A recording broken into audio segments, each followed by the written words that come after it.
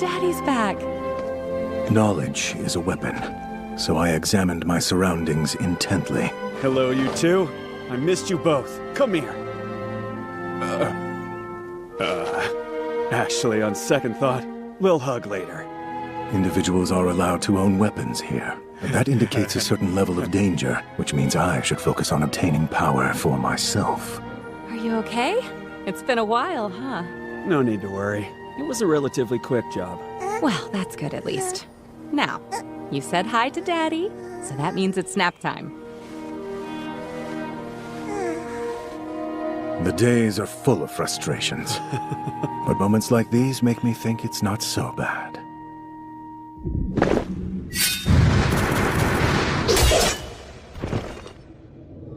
Because the freedom to sleep when I wanted is something I wasn't accustomed to.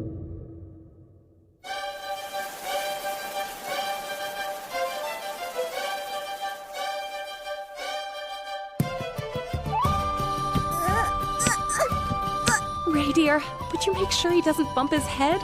Of course I will.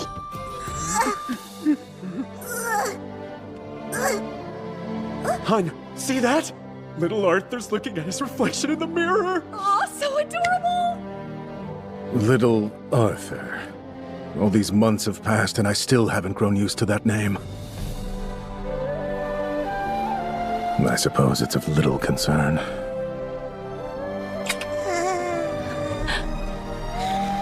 Sweet dreams, Arthur. My boy.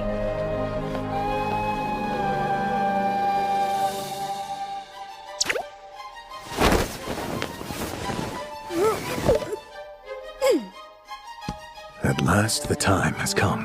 Having gained proper control of my limbs, I'm on the move. Target in sight. I scramble as swiftly as possible, trying not to draw any attention.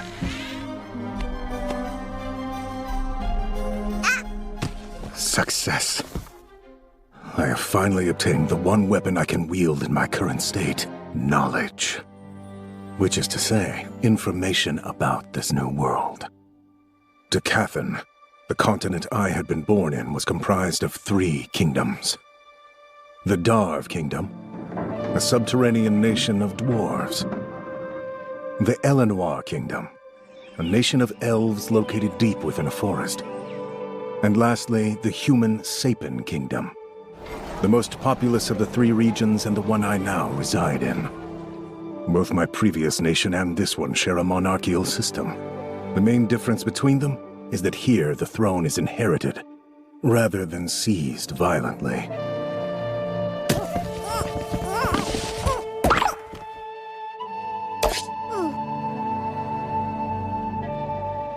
This world seems to be vastly underdeveloped compared to my old one, and this book offers an explanation for the lack of technological advancement here. Magic. A source of power called mana exists in this world.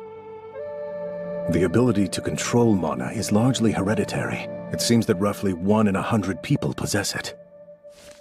Curses. I'm itchy. Broadly speaking, there are 2 applications of mana: augmenting and conjuring. Augmenters are able to enhance their bodies with mana, providing them with incredible agility, defensive skills, and strength. Conjurers project mana outside of themselves, allowing them to manipulate their surroundings.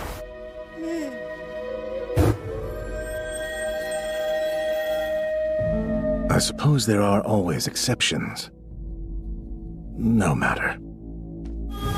The key to controlling mana is a person's mana core. Most mages' powers awaken between early adolescence and their late teens. The mana core manifests when one learns to focus and channel the scattered fragments of mana throughout the body into a single point. That is a concept I am well acquainted with. Key. Finding awareness of your internal power, mastering it, and unleashing it. Forming a key center is crucial to this process. Could this knowledge from my previous life serve as a weapon here?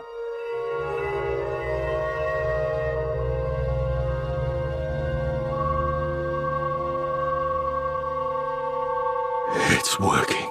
There you are. You silly boy. You really shouldn't worry your mommy like that.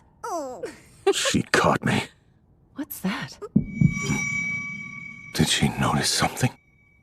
Is it a poopy? Apparently not. I hate to disappoint you, but I knew it. how terribly mortifying. I must have been too focused to realize. Well, let's go change your diaper. Boy, oh I am boy. trapped in this prison called a body. Little man. I must find my power.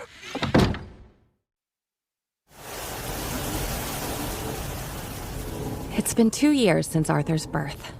How time flies. He's the cutest little boy in the world, just brimming with curiosity. And such a sweetheart. But I find it odd that we've never seen him smile, not even once. What? You've got a real knack for that, don't you? Alice, come here and look at this! He's strong! Just what are you trying to teach my sweet baby boy? A few basics. How to hold a sword and... Barely learned how to walk and you're handing him a weapon? What is wrong with you? I'm sorry! You could poke one of his These eyes. past 2 years, I've come to understand the power structure of this marriage. Don't know what you were thinking, Reynolds. Or maybe this entire world is matriarchal. I don't know.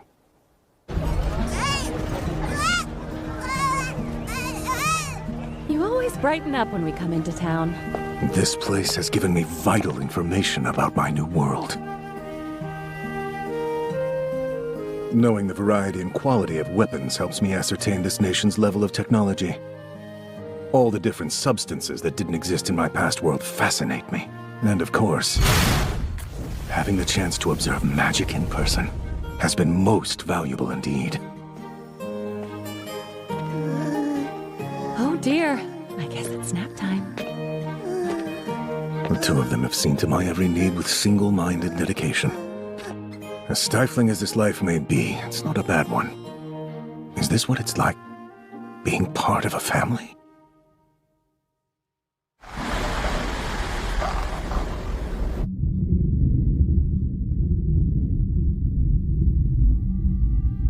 I wouldn't know. But this warmth, I have grown rather fond of it. It's time to sleep. You know, my little man, I don't mind that you sneak out of your bed to read in the study. And the way your eyes light up when we're at the market brings me joy. You're already so curious. You probably get it from your father. And I expect that one day, just like him, you'll want to run off and have adventures all over the world too. But as your mother, I'd much prefer you live a more peaceful life. One that will keep you safe.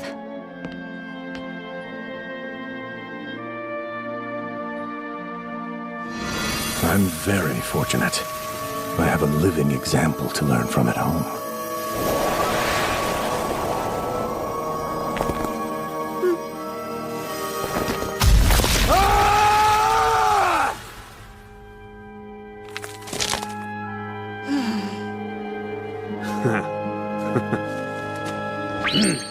Dad-Dad's real strong! All that just to toss some rocks? Well, that wasn't his best shot. Hold on. You're about to see how much power your dad has.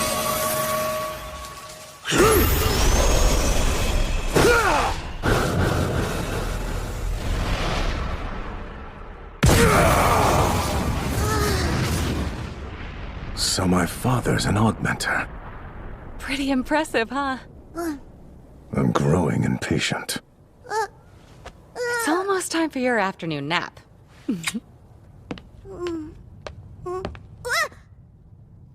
No books right now. You need to take a nap, mister. I said no. It's important for you to get your rest.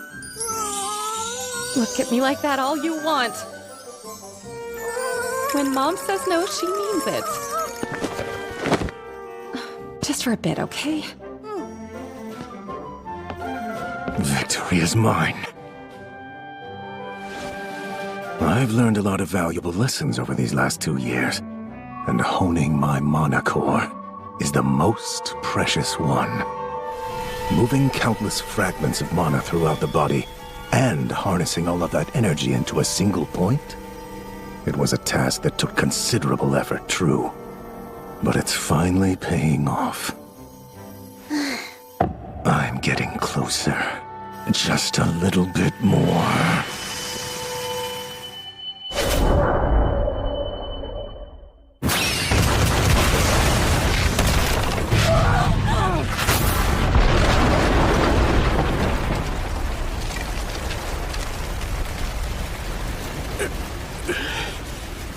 Alice, are you hurt? No, but Arthur, where is he? He was in there.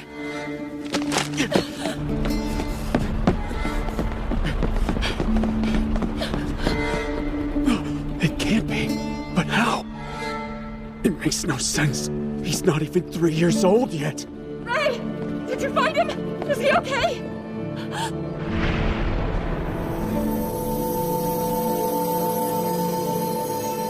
Alice. Our boy's already. My days of diligent study have borne fruit. Finally, this is a great first step.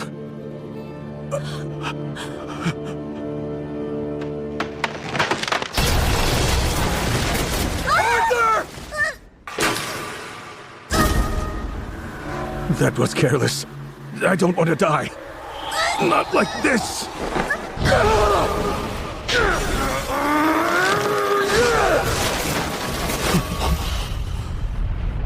My sweet boy. I see now. These two will always make sure I'm safe. That's the kind of duty a parent has. Alice? How is he? He's okay. He's not hurt. Thank goodness. I'm so grateful you're safe. This is all rather dramatic. Why would they cry? They fulfilled their duty. They should be proud. What is wrong? I'm confused. This is something I could never learn from merely reading the literature of this strange world. Nor did I learn it in my past life. Mama! Daddy! Explain it to me. What is this feeling? I don't know.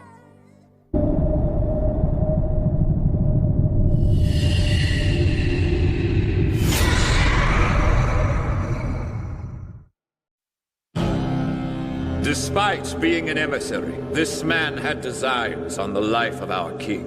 A grave crime that by law is punished by immediate execution. And yet, the council has shown him mercy. He and his family will be escorted back to their country, where they will await sentencing. Please have mercy! Dad! No, wait! I admit that I attempted to harm the king. But that was my crime, and my crime only! I beg you, spare my wife and child!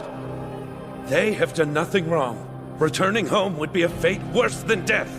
A fate I deserve! But my family, they're innocent. Let them be, King Gray! Please! Know your place. The king is the light which guides us. This trifle is not worthy of his consideration. Judgment has already been passed. Please hear me, O king! Spare them!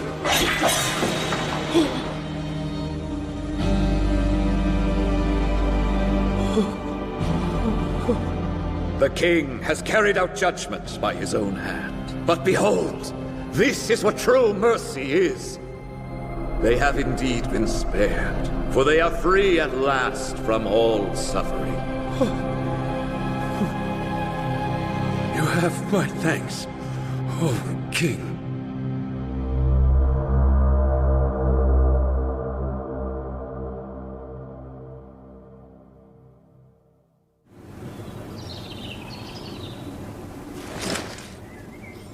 Now you could be just like Daddy.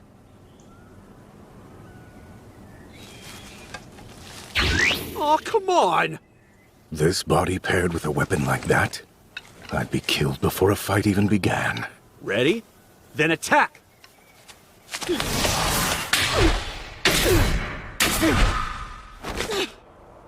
Attaboy, Arthur. Good! I see.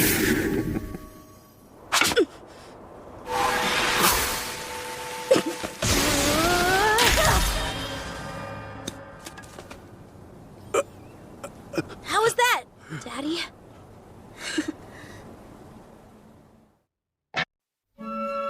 I think it's about time we find Arthur a proper teacher.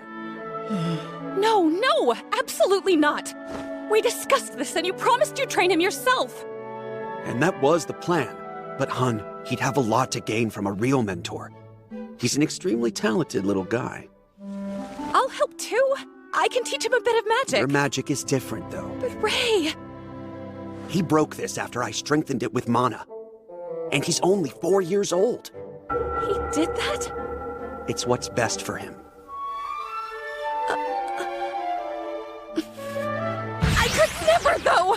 There's no way I could abandon my sweet little Arthur in some far-off town to fend for himself, not ever! We need to start thinking about his future. I'm thinking about his present. Don't you want to see his darling face every day? Of course I do! You know I love having him around. Why can't things just stay as they are? Because they can't! His future is on the People's line. perspectives Get that seem right to now. narrow when emotions run high. No! We have to do what's best. Which is why I will propose a third Are you option. seriously gonna send this little angel Why off on can't we his all go own? together?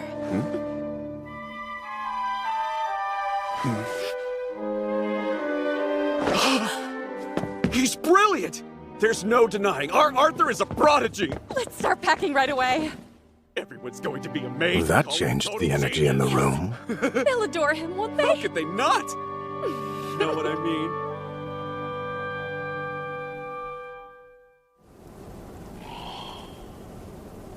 Why don't you introduce yourself, Arthur? I am Arthur Leywin. It is nice to meet you, sir. We've met before, young man, but you were probably too small to remember. Actually, I do. Oh, yes. I remember them well. These people are known as the Twin Horns Party, an adventuring group that both Reynolds and Alice once belonged to. What did he call himself again? My name's Adam Crench. Oh, and I'm Angela Rose. You've gotten even more adorable since the last time I saw you. You cutie. I can't breathe. Aww. Thank you, sir. The name's Durden Walker.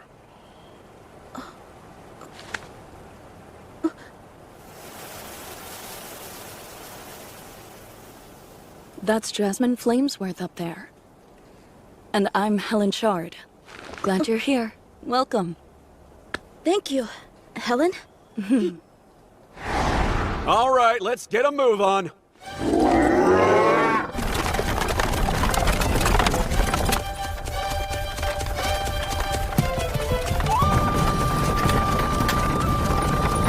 It's your first big trip. You must be excited, huh? Such a primitive mode of transportation. Nothing like in my past life.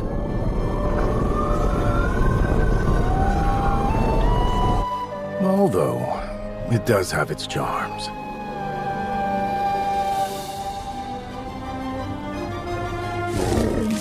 Apparently, we're bound for a city called Xyrus. It should prove interesting, but in the meantime, there is one critical issue that has presented itself.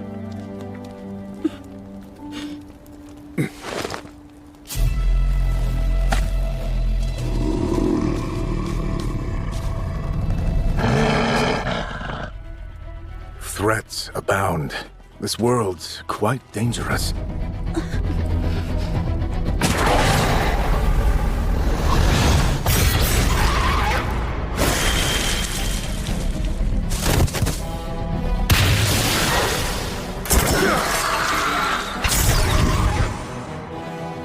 Our party has 3 augmenters: Adam, Helen, and Jasmine.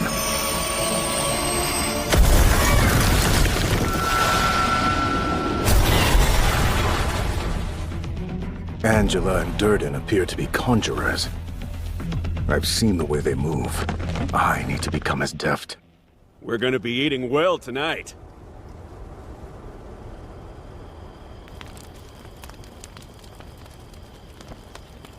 Have as much as you want. Right. At least it's fresh. No sense in expecting much else amid a long journey, I suppose. Are you okay? I'm just already so full.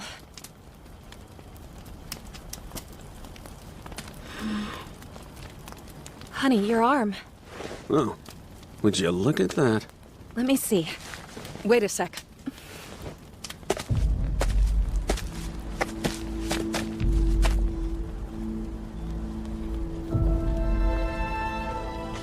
Go on ahead.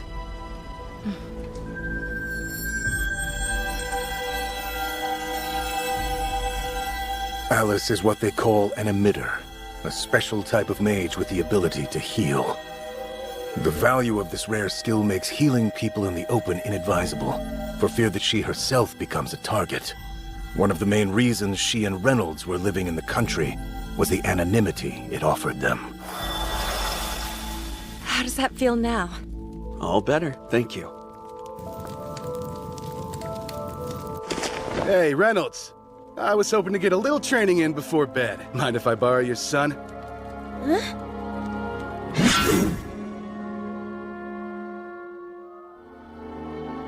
I doubt this will be a simple training session. No one else seems particularly concerned.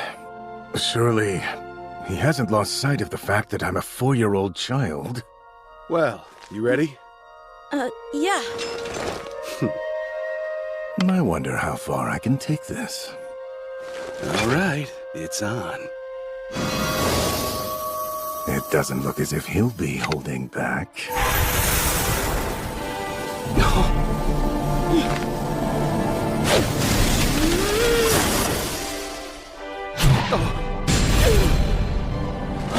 Not quite.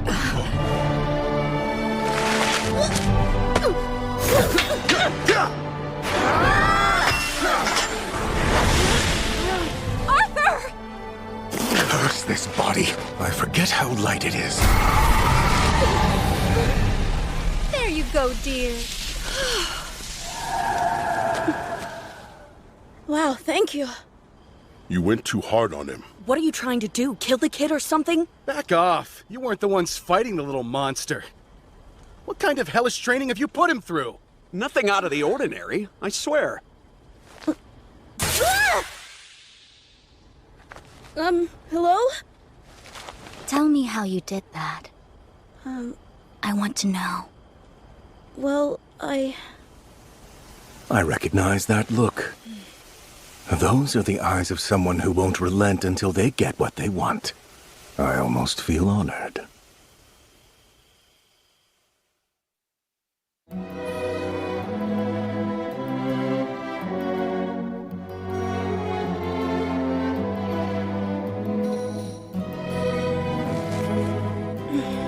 The journey's proceeding apace.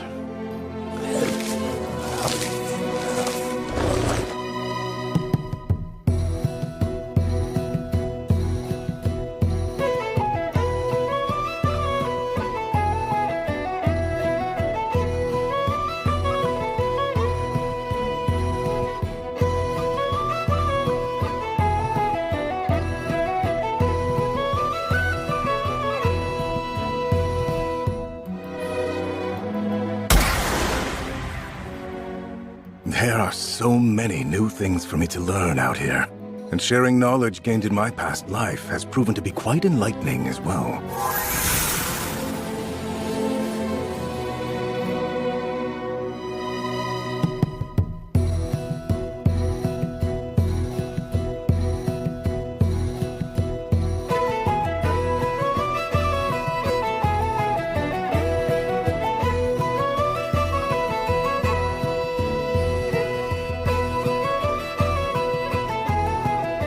Then one day, rather unexpectedly... I heard today's your birthday. So a gift for all you've taught me. That's nice of you, Jasmine. Seems she's taken a liking to me. Look, can't see the rope I used. Oh, that's neat. Jasmine never warms up to anyone. Don't I know it? Well, Arthur is just that cute. Hey! Time to get a move on! Coming! Arthur, let's go. Right.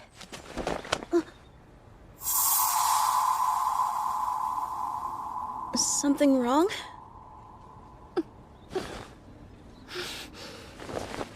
Oh, no, it's nothing, son.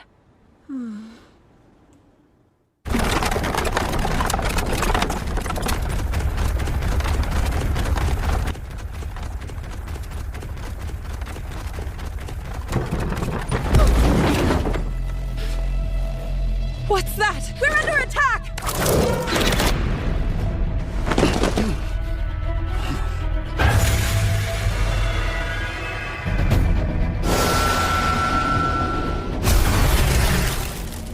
Not good. They've completely surrounded us. Take the women and kid alive. Don't hurt them either. They'll be worth less if they're damaged.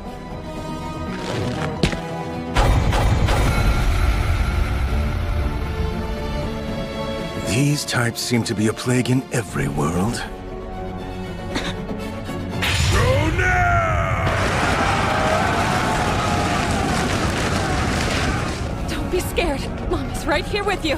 Thanks, I know.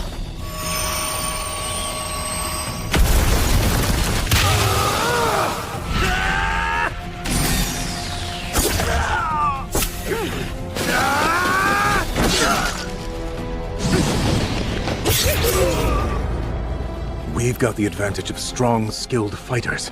That's true. Thank you.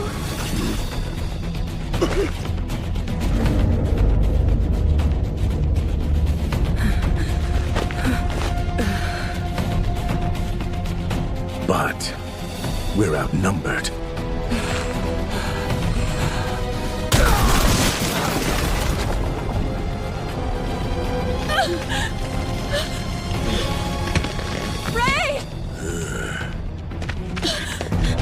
No, don't!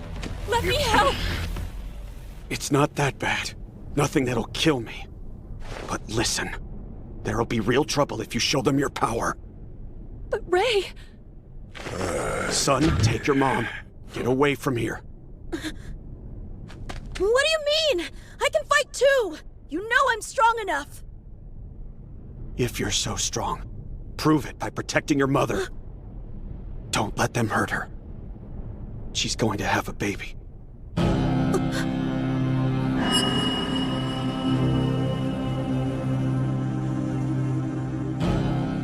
I see now. Counting on you, big brother. I'll save them. Ready to surrender? Now! Go now! No!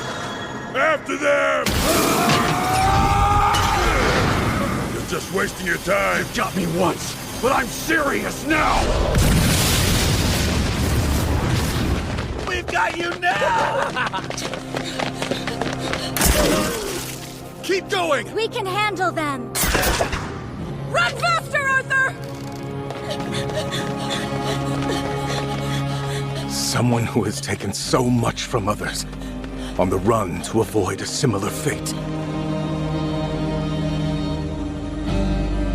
Perhaps karma is real. However... We should be safe now!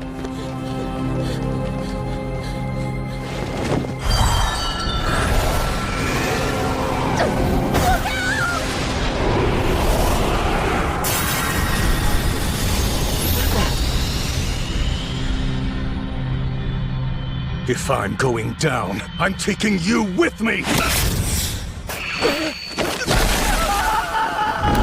Arthur!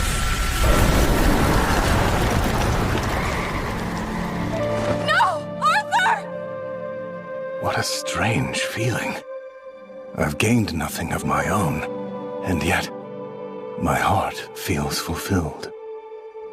In this moment, I think I finally understand what that man was asking of me so long ago.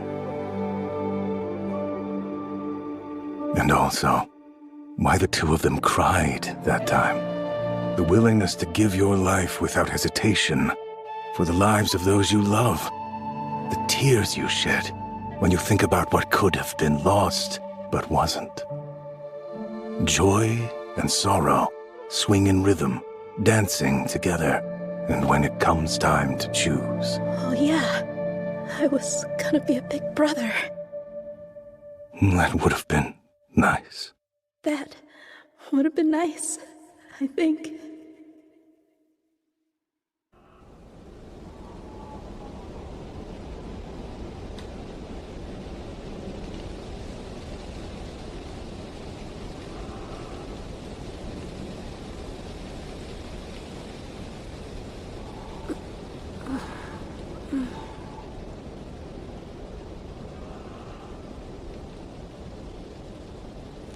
Where am I?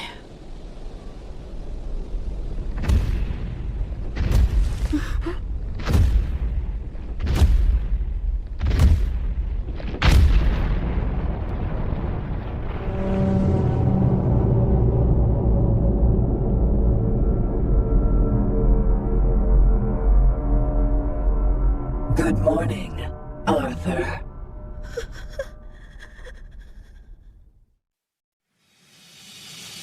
I found something beautiful. I doubt I'll ever see anything like it again. Oh? It really was extraordinary. Is something wicked on its way? If nothing changes, yes.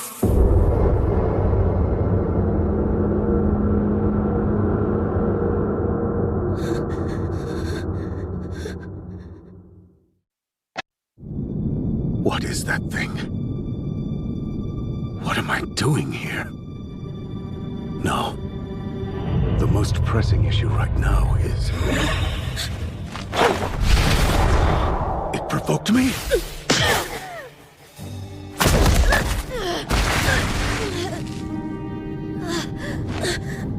There is much you have left to learn, little Arthur. What's this? Rest easy. I'm on your side. Okay. By that, you mean... Excuse me. You must be rather famished. But even if you're not, you should eat something to nourish your body. That is, if you wish to regain your strength anytime soon. Would you please listen? I wouldn't move just yet. You're fortunate to have survived. Better not to press your luck. But how?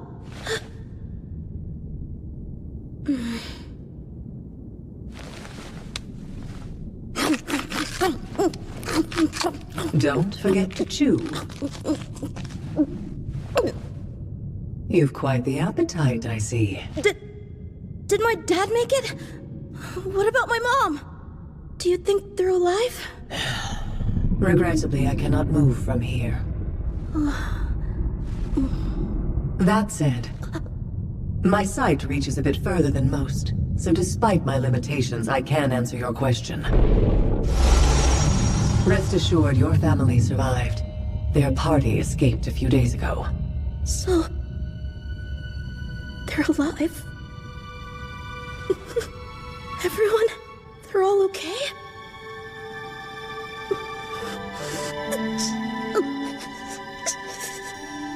Thank goodness.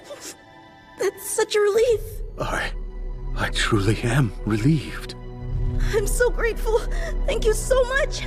Really, My name is Sylvia, Arthur. Oh, thank you, Sylvia. What do you think I should do? I think you already know the answer, don't you?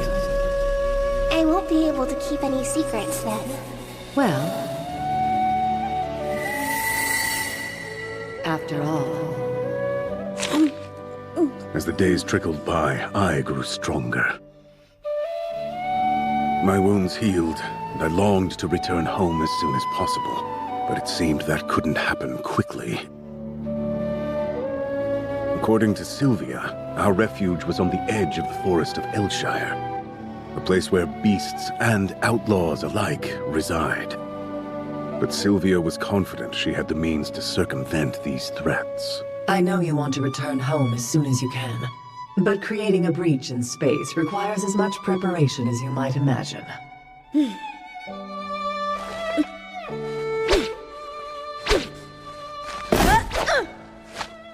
It's comforting to see you moving around so well. Children are meant to be lively, after all. Sylvia never spoke of herself. Her unsightly appearance was frightening enough to make little Arthur freeze in awe and fear. Was she injured in a fight? If so, she wasn't sharing details.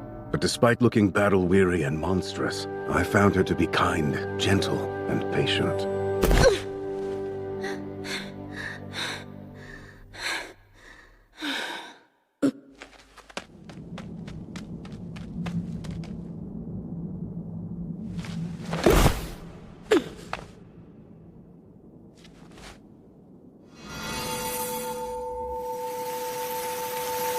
You've already formed a mana core at such a young age. Then tell me, have you tried doing this?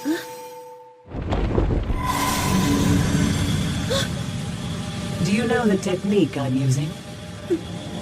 You're gathering mana while using magic at the same time. It's a bit like refueling a plane in midair. I didn't know that was possible. Humans have many preconceived notions regarding mana. A rather linear mindset that leads them to make a distinction between gathering it and using it. But it's very common for non-humans to intuit. Mana beasts do this sort of thing as easily as they breathe, with little to no thought involved. Would you like to learn how, Arthur? Yes, please show me. A question then. What would you like to do with this knowledge after learning it? Huh? With this ability, you will become even more powerful. What do you intend to do with that strength? Power greater than what I have now. If I could obtain that, then what would I do?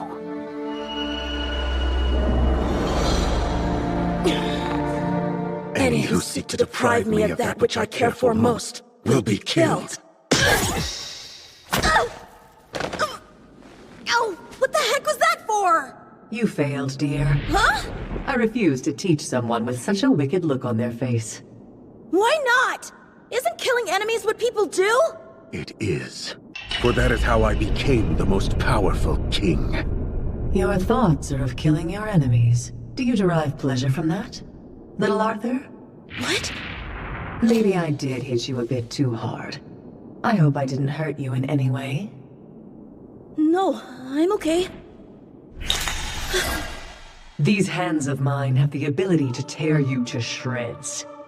And yet, they're also capable of being gentle.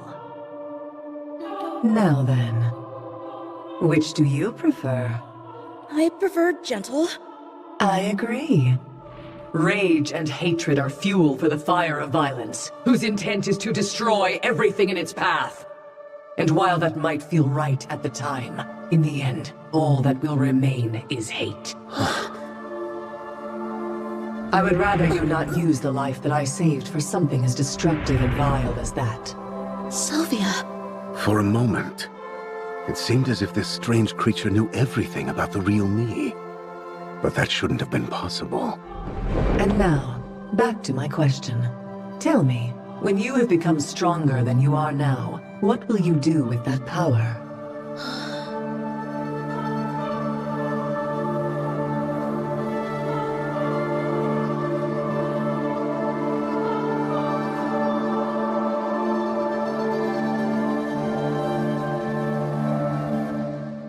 I will protect those I care for. Ah, the perfect answer.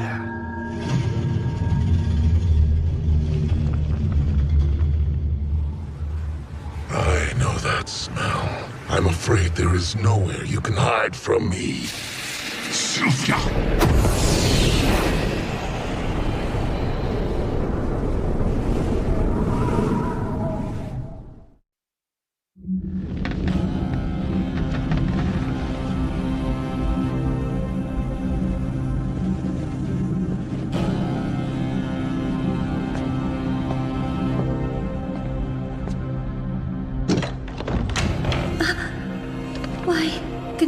you, King Gray.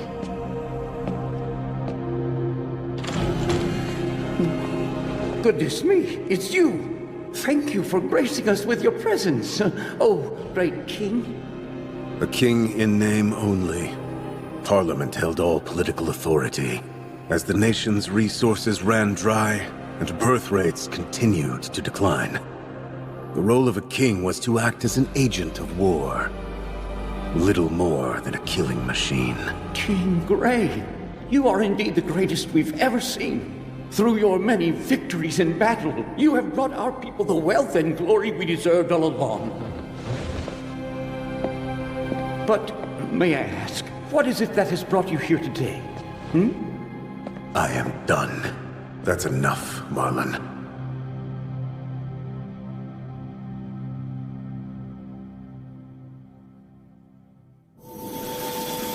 Yes, gather it while using it. Once you're able to do that consistently, your ability to perform magic will greatly expand. Don't rush it. Control the mana. There was much I had not been blessed with. And in order to continue winning, I desired one thing above all else.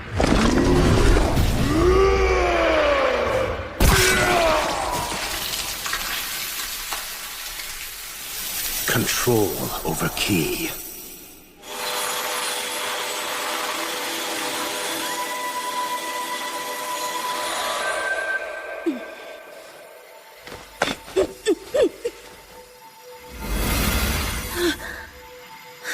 Victory. Wonderful. Arthur.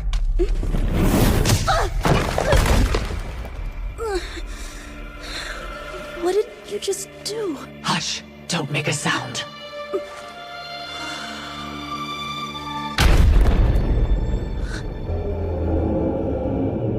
Who is that? There is a resemblance to Sylvia. I'm impressed that you found me. It wasn't so hard. The scent of blood led the way. Please, come along with me. I refuse your offer. I was hoping violence wouldn't be necessary. So be it!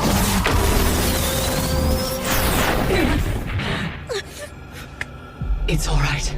Don't fear for me. Sylvia. If you push too hard, you'll shorten the precious time you have left. I can tell you the same thing!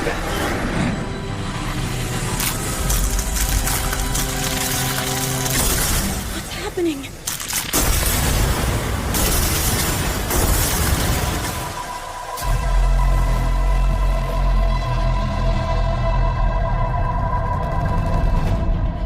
Is that you?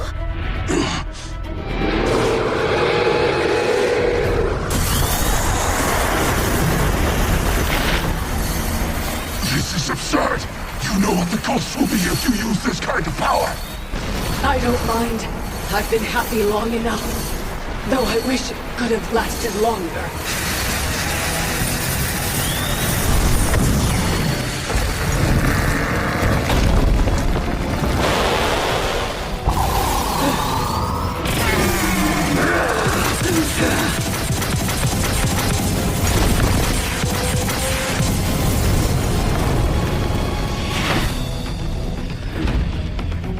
You really should pay attention!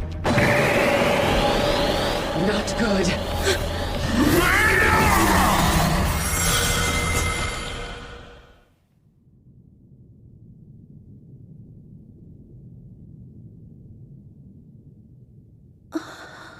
Arthur, come here.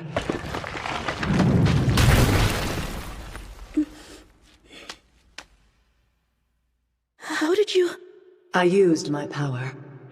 But more importantly, what do you think? Do I look more like a Sylvia now? Uh-huh. So you're a dragon then? That's what humans call us. Quick.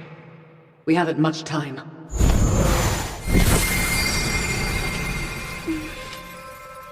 I'm sorry. The exit isn't as close as I hoped it would be. But it should be fine. I have taught you all that you need to survive. Dear little Arthur, for what will you use your power?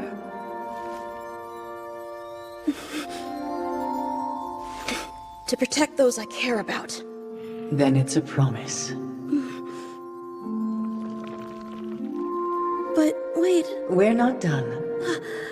I want to give you a few precious things.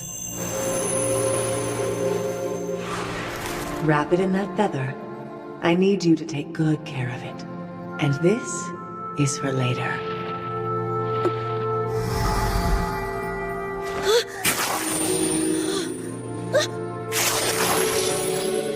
What is it?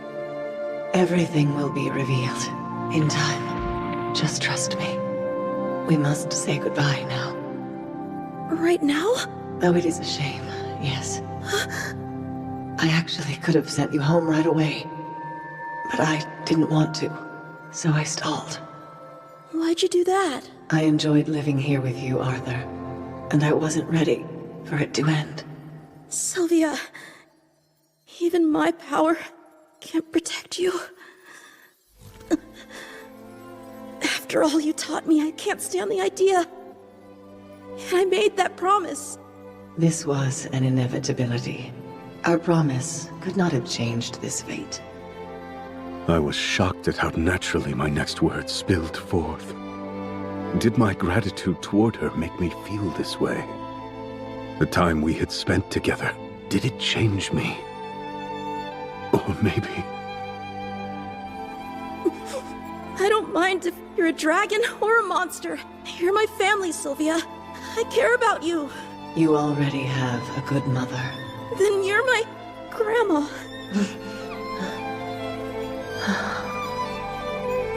What's wrong now? It's nothing. But could you call me that again? Sure, Grandma. Thank you for that gift, my child.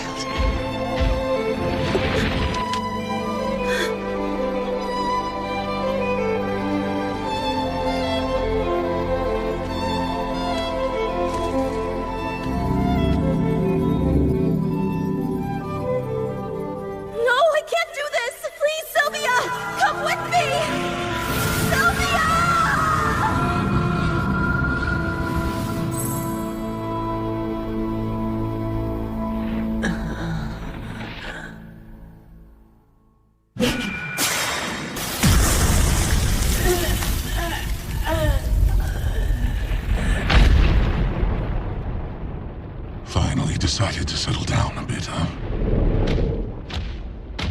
Someone like you hit by something so insignificant. Surely that couldn't have been a lethal blow. There. That should be close enough.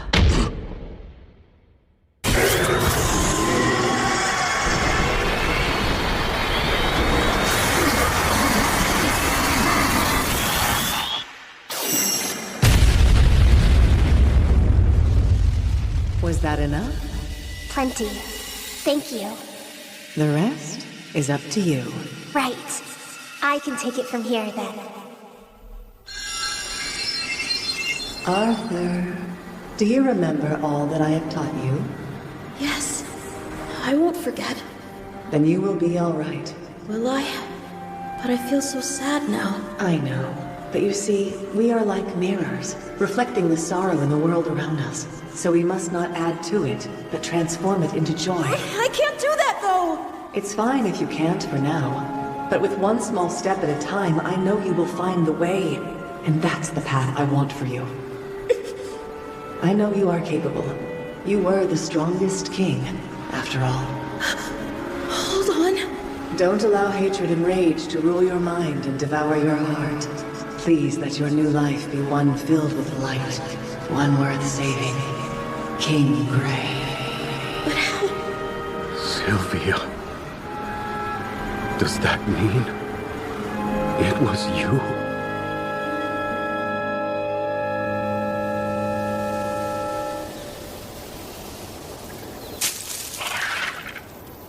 I'll try, Sylvia.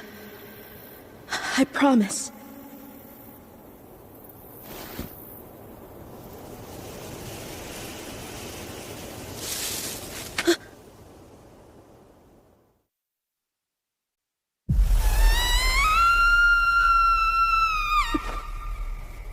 Now I've no doubt people are nearby.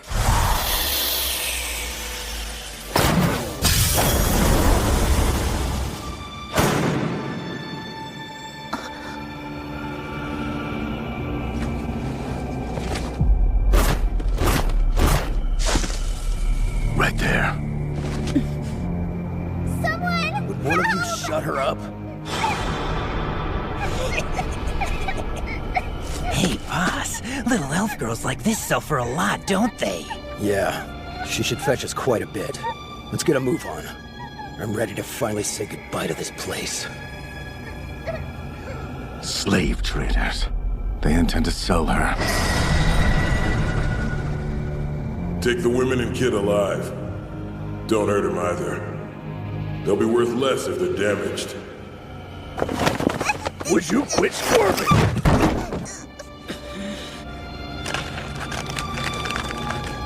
You failed, dear. I refuse to teach someone with such a wicked look on their face. I know, Sylvia. I'll not let rage and hatred rule my heart.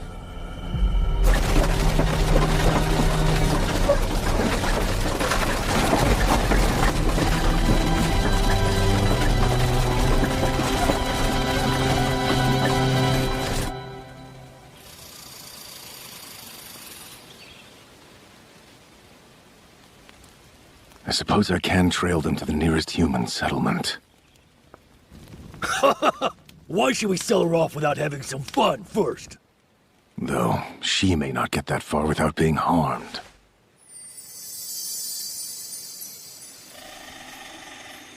I'll ready myself and wait. It won't be long now.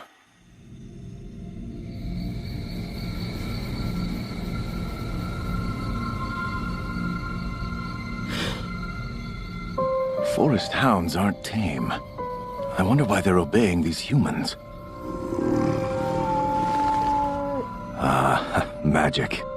Well, that I can use to my advantage.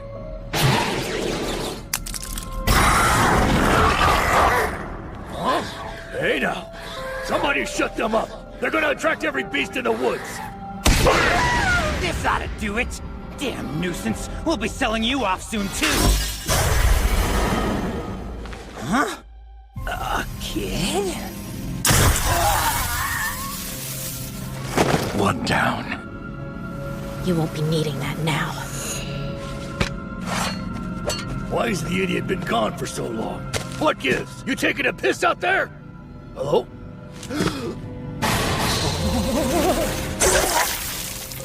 That's two. Combat in this body is exhausting. Hey!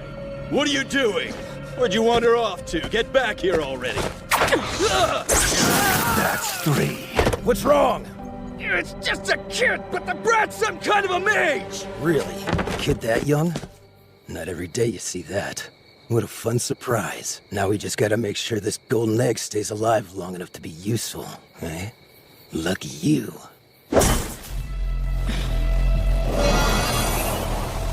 What technique is that? You'll be coming with me, and you might even be able to fetch us more cash than the girl can. Try hard not to die, kid!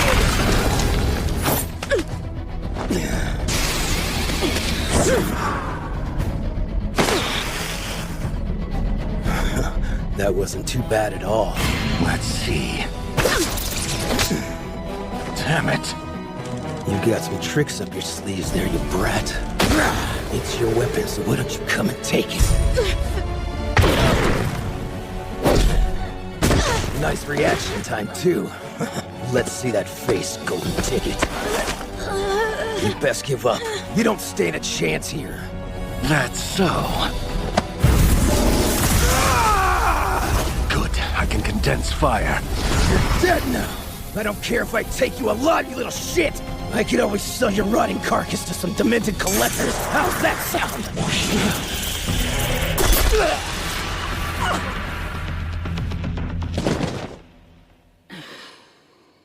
Hey, wait! Hang on!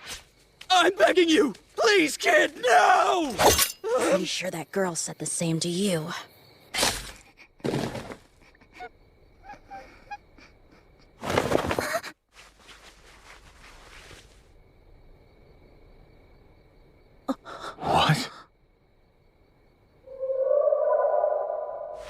How strange. What happened? Come along now. You're safe. You should go back home. Oh, your arm! You hurt? No, it's fine. Really. I see.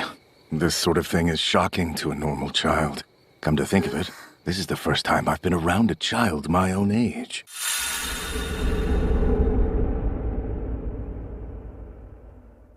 Sorry, hang on a sec. What's that for? There are some things in life that children shouldn't see. But aren't you also a child? Right. I guess that's true. Hey. What is it?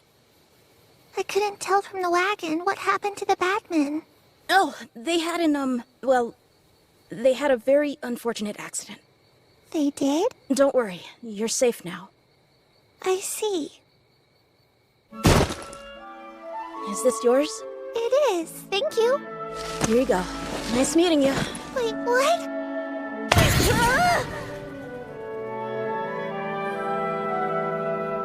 Please don't leave me behind here all by myself! Listen, I really need to get back to my family.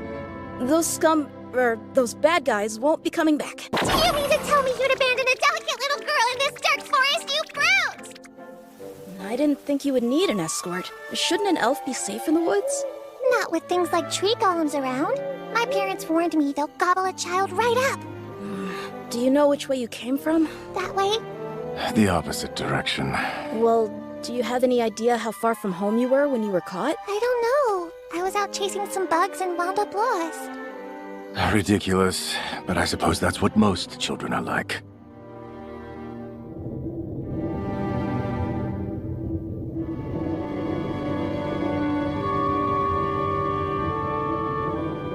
I'm afraid I can't just leave her. Okay, then. I don't know how to control these forest hounds yet. Best to leave them be. Hey, we should go ahead and set them free too, right? I'm not so sure. But they'll die if we leave them. If we release them, there's a chance they might attack. No, they won't. They were being used by those bad people. It's the Elven way. The people of the forest cherish all life.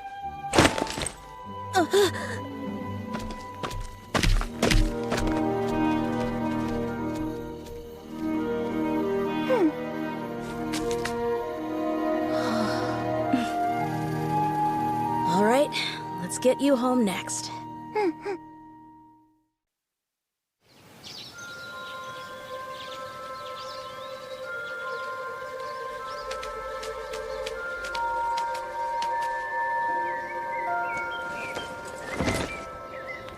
You know what?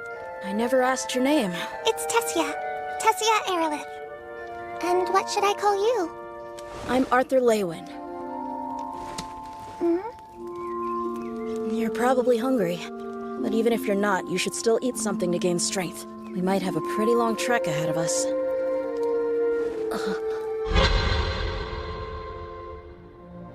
You must be rather famished. But even if you're not, you should eat something to nourish your body. That is, if you wish to regain your strength anytime soon. I'm starting to sound like her. This smells kind of funny. It's just some jerky that I boiled down with salt. It'd taste a lot better if I had some herbs to add to it. I've always considered the act of eating as little more than a means of getting nutrition into my body.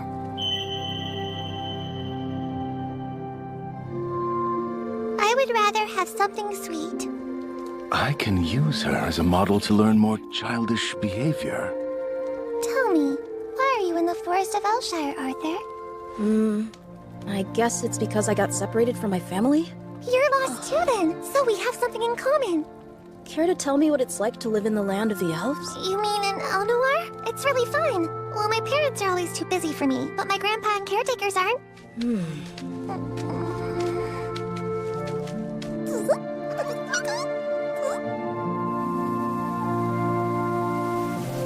The journey continued for longer than I anticipated, with no sign of the Elenoir kingdom in sight. What are those bugs? Aren't they spectacular? We have a lot of them in Eleanor. They're pretty useful for marking paths. Would you like one? No, thanks. It's like a fancy earring. So this is how children play, huh? Once my mana finally awakens, I'm going to spend all my time training at my master's place. I'm really looking forward to it. Oh, so it's master and apprentice based, rather than an organized system? Sorry, I don't know what you mean. Right, of course. Just talking to myself.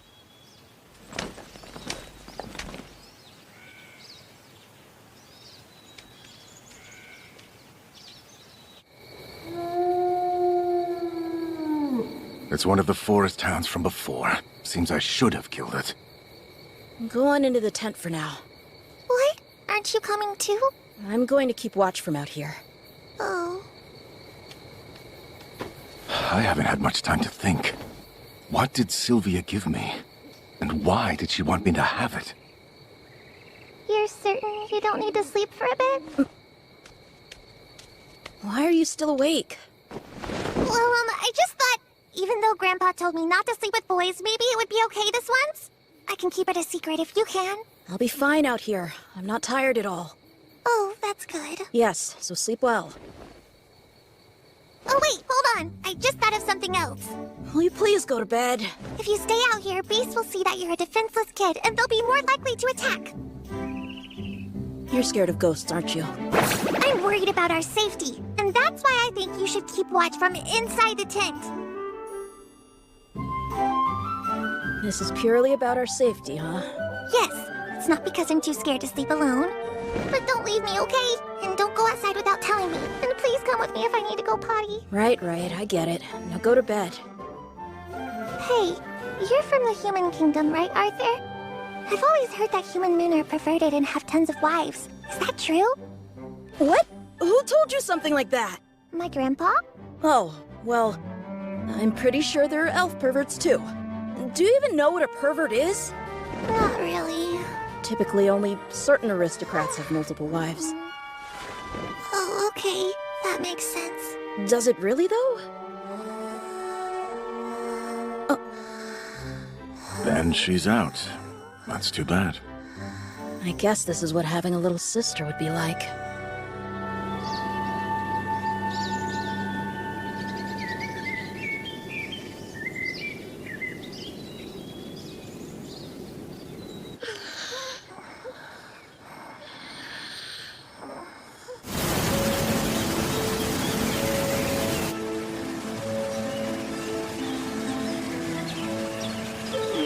Tessia has grown quite comfortable around me.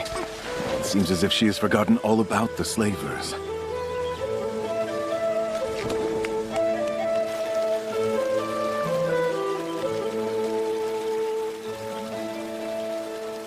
Honestly, I was slightly annoyed that I was being pulled away from what I wanted to do most, find my family.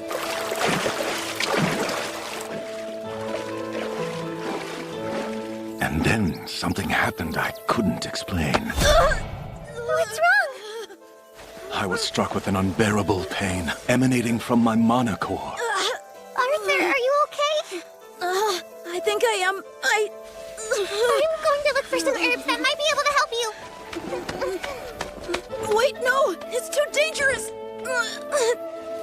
The pain was relentless, the time between attacks growing shorter. I wondered if I should tell Tessia how bad it was, but decided that would only worry her. Why now? Good news! This one's supposed to help when your tummy hurts. Tessia, get back!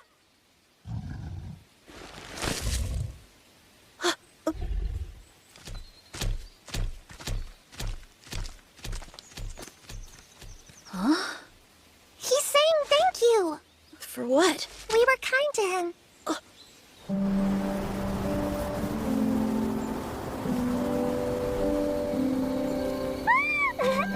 It's so tender.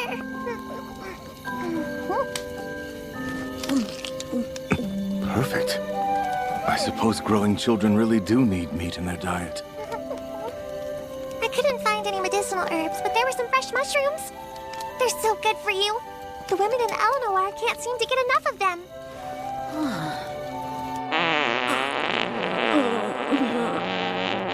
I'm sorry. I guess they might be a bit too strong for men. I blame myself.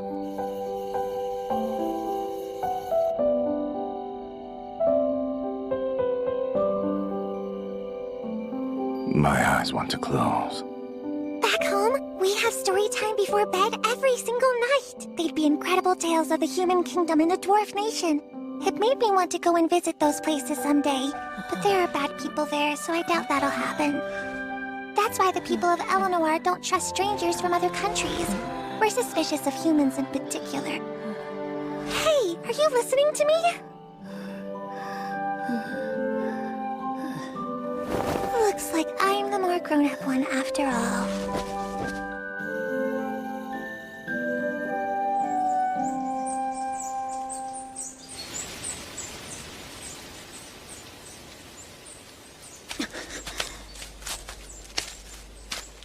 I'm sorry you're in pain. That's okay. We're almost there, right? Curse this fragile body. Hey, there's something I've been wondering. If you don't mind, instead of calling you Arthur, I thought I could call you Art for short, because that's what friends do. Fine by me. That's a bit rude. I'm sorry, let me try that again. A low-down country bumpkin like myself is unworthy of such a great honor, oh Tessia, my queen. Was that a joke? You sound like a crusty old man. That's rich coming from the little crybaby who refuses to go to the bathroom without me standing guard. Never mind. Just when I was starting to think of you as a friend, too. Good grief. Can't win with her. A friend, huh? I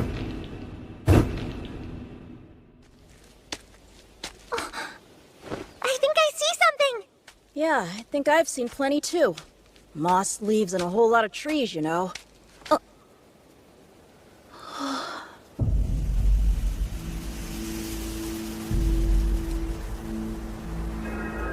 Tessia, what is this? My home! We're here! What's happening? Trust me, Art. Let's go!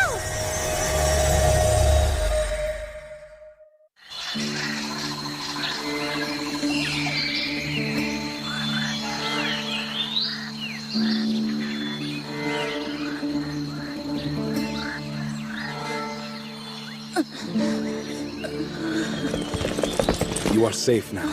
I was alerted right away when you used the teleportation gate. Who's he talking to? Tessia, run away!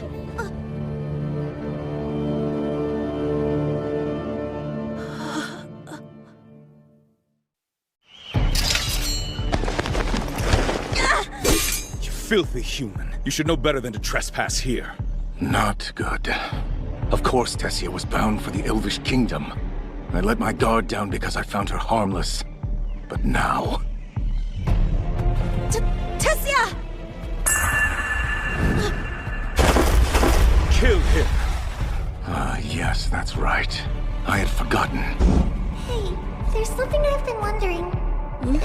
If you don't mind, instead of calling you Arthur, I thought I could call you Art for short, because that's what friends do. That was all it took for me to trust her. I should have known better.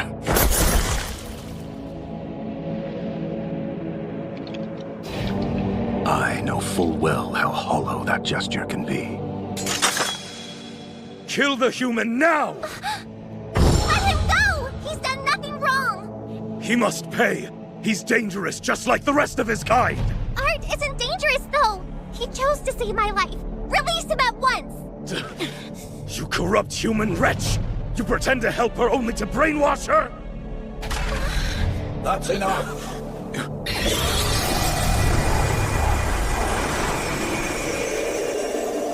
You will release the human at once. Understood? Sir! Art, are you hurt? This isn't right. He's not our enemy just because he's human. Well, a missing princess has suddenly reappeared. And with a savage human in tow, no less. So what else should they think? But Grandpa... Wait, Grandpa? I am the former ruler of the Kingdom of Eleanor, Virion Erilith. I would like to extend my gratitude. It seems you provided aid to my granddaughter, the Princess of Eleanor. Pardon? Did he say... Princess?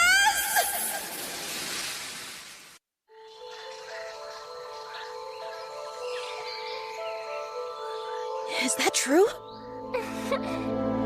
Did you never tell him, Tessia?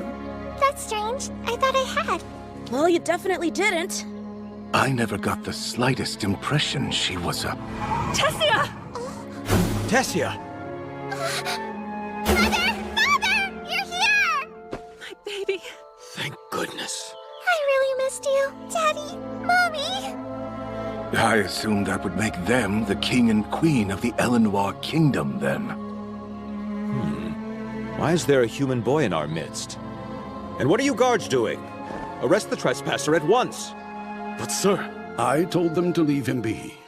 No matter the past, this boy saved Tessia and brought her back home to us. I'd say that hardly merits a summary execution. It's the truth! Art risked his life in order to save me, so be nice to him. Be nice? Yes, that's what I said. I wouldn't be alive if it weren't for him, so we'll show him hospitality at the castle. But a savage human in our castle? Come on, Art, let's go! I'll show you around and share all my favorite treats with you, okay? Yeah, but, Daddy doesn't mind. Right? I suppose not. Young man, you and I will have to sit down to talk later. Interesting. I sense unfathomable strength. You ready? This way! Hey! Slow down! Hurry! Pick up the pace! You don't have to drag me, you know. So this is the Kingdom of Eleanor, home to the elves.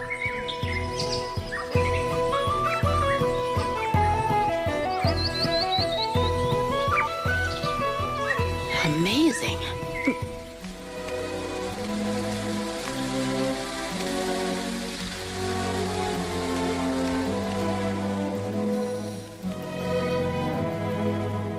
The books I read were accurate. Due to past conflicts between the two, elves and humans exist in a state of perpetual hostility. And that makes seeing such a unique civilization with my own eyes a rare treasure. She's quite unusual as well. I keep thinking back to that strange face she made earlier. Tessia, run away!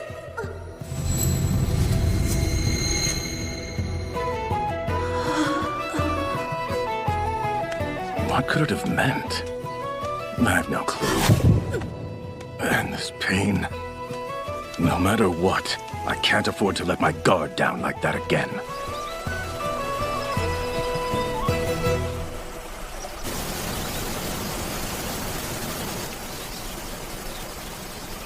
It's a pleasure to have you home, Princess Tessia. I'm happy to be back! He saved my life, so I'd really appreciate it if you would show him our best hospitality. And no need to worry, Art's not a bad human, so it's okay. Perhaps not the most reassuring statement. Now, where to begin? A nap or a snack? Maybe a long bath? Hard to pick. We could just go play instead. Before we do, I would like to speak with your parents and explain what happened.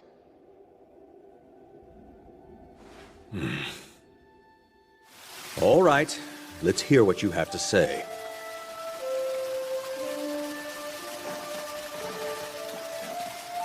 Thank you. Should the princess be present, though? Well, I'm here. I see. Hold on. Why are you the only one standing, Art? There are lots of chairs. Well, Now what? There. Much better. Just one more thing. Since we're talking, we should have some tea and snacks. I'm confused. What is all this? Let's start from the beginning. My name is Alduin Erilith, I am the current king of Eleanor, and Tessia's father. This is my wife, Tessia's mother, Queen Mariel Aerolith. And this is... Virion Aerolith, the former king and Tessia's grandfather. And I am Arthur Leywin. I'm from a rural town located in the Sapin Kingdom. It is a true honor to be here. My status would not usually afford me an audience with a king, much less the ruler of the elves. I know how fortunate I am. Thank you for this opportunity. Ah, you seem to be a well-educated boy, given you're from such humble origins. My introduction was slightly excessive, but this will go nowhere if they see me as a mere child. Let's hear your side now. Yes, sir. I explained how I came to be separated from my family by the bandit ambush, leaving out certain details, of course. I told no lies, but I did not feel I owed them complete disclosure. The mood in the room shifted dramatically when I got to how I found Tessia. Slavers had her? Then human barbarians were behind this. You know, slave trading is a profession, not a race. I mean you no form of disrespect. It's just a fact. What was that? So you witnessed the kidnapping and then managed to rescue her somehow. But what could a child like you do against a group of grown men? Were you able to negotiate with them? Or perhaps you begged them for her freedom? Neither of those things, I must admit. While it's true that I am just a child, I am also a mage. And you mean to say that a child's sorcery was enough to overcome these slavers and save my daughter? That is the truth. Oh, wow! Then you did fight them, huh? Of all the absolute nonsense. I don't believe you're capable of such a thing. You must have deceived the princess while she was lost in order to infiltrate our kingdom. Enough! But sir... I won't say it again. Lower your sword now. It's true! Art isn't lying to you. I swear, I really was caught by some bad men. I even heard them say they'd sell me off. Someone! Will you shut her up? Hey, boss. Little elf girls like this sell for a lot, don't they? Yeah, she should fetch us quite a bit. Let's get a move on. I'm ready to finally say goodbye to this place.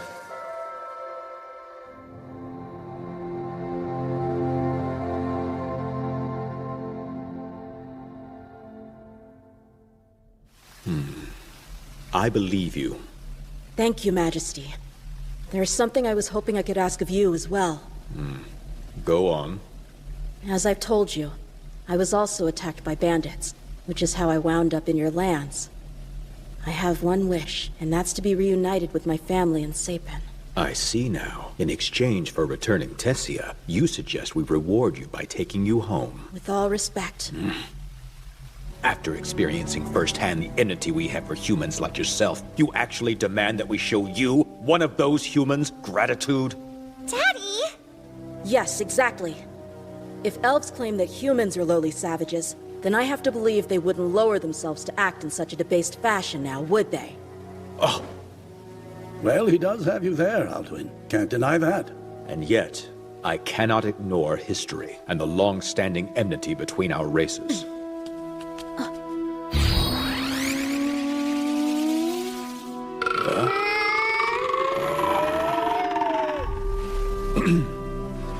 More to the point, the teleportation gate linked to the Sapin Kingdom is closed. It only opens for the Council of the Three Races, and that occurs but once every 7 years.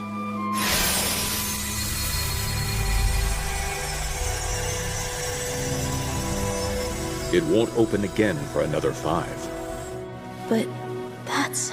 That's far too long. But we can't let a human stay here and dwell among us for such a long time. I can send a group of guards and have them escort you safely home. Thank you, Your Majesty. Finally, I can go home. For now, make yourself comfortable. I'll have your escort prepared to leave by tomorrow morning.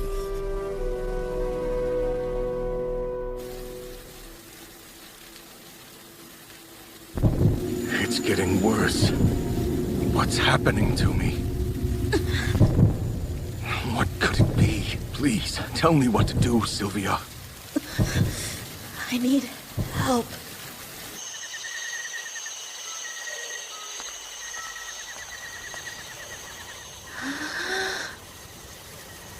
The evening breeze calms me. It lessens the pain somewhat. I can't endure this much longer. I need to know what's causing it.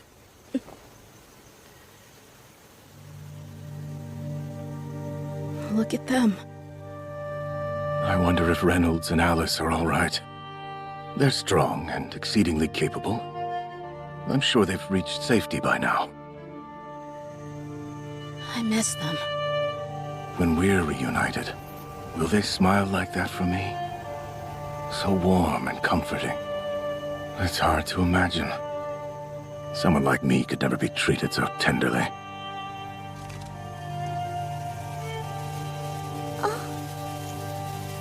Art?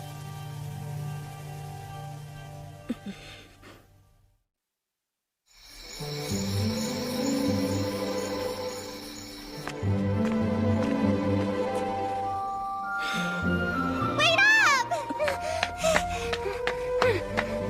Oh, hey.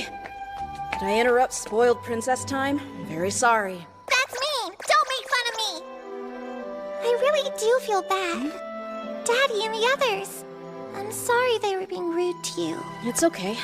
If you stop and think about it, it just goes to show how worried they were about you. True, but still. No, really. They missed you, so let them spoil their beloved little princess. Shouldn't be too hard, right? You keep teasing me. You can joke all you want, but I'm sure it'll be the same when you see your parents again. Hey, what's wrong? I'm not so sure. About what? I guess I'm worried that Mom and Dad won't be happy to see me again once they've had some time to think. They were attacked by bandits because of me. I put them through so much. It really doesn't make sense that they'd still miss me after all that, you know? Me. Someone incapable of protecting his family. Arthur. What do you think you're doing? Stop being ridiculous. Obviously your parents are sad about not being able to see you. How would I know? Because I already dread it and you haven't even left to go anywhere yet.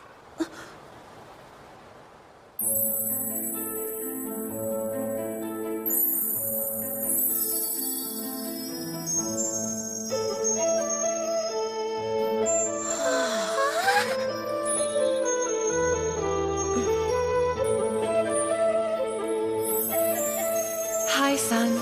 Arthur. I can hardly remember why I was fighting at all. See these? We call them firefly pots. Tessia! Kill him! What was it I saw in her expression? I've loved them ever since I can remember.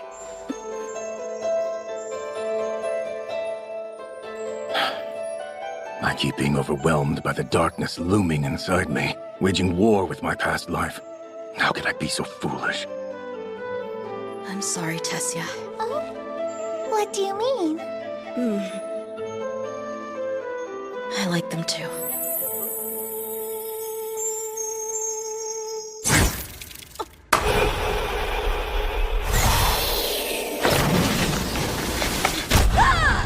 Hello there.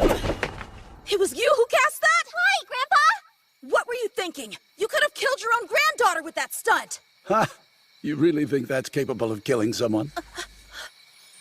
He tricked me. I'm quite impressed by your instincts and reaction time. You probably did fight those slavers off. I can tell you've been trained. So what? You did this just to test me? Would you just stop picking on him and hear me out? He's good. He's not the kind of human you despise. Trust me on that. I'm not picking on him. Do you really think I'd take time out of my day for that kind of nonsense? And why are you here? Perhaps because it's been too long since I found anyone this interesting.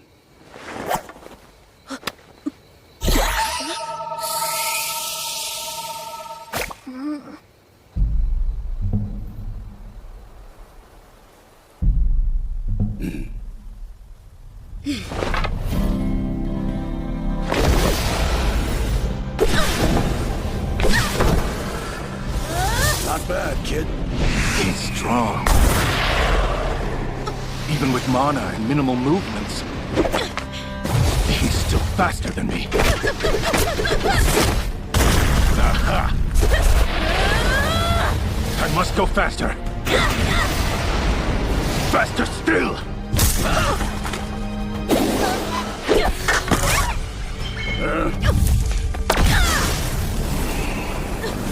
His eyes. They remind me of the beasts that I once faced in the arena. The look of pure instinct taking over as they braced for that final blow. Knowing it's kill or be killed.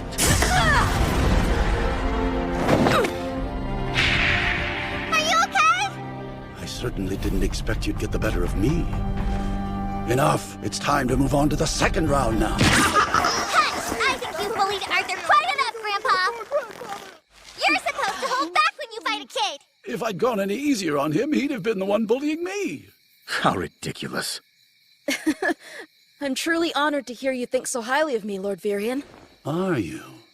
Well, if that really is how you feel, then you'll become my apprentice, won't you? What? His apprentice? So, boy, do you accept? Well, are you being serious? I'd not make an offer like this in jest. Sorry, but it's a lot to take in. I'm in a strange place, away from my parents, and they don't even know that I'm still alive. I see. And if there was a way to let your parents know that you're all right, would that make my offer easier for you to accept? Is that really?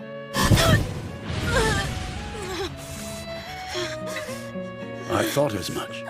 It appears you've inherited a beast, Will. You best become my apprentice for your own sake. Because if you do not...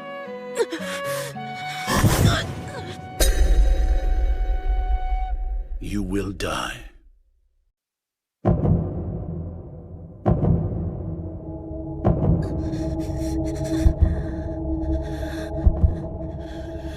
What's happening to my body?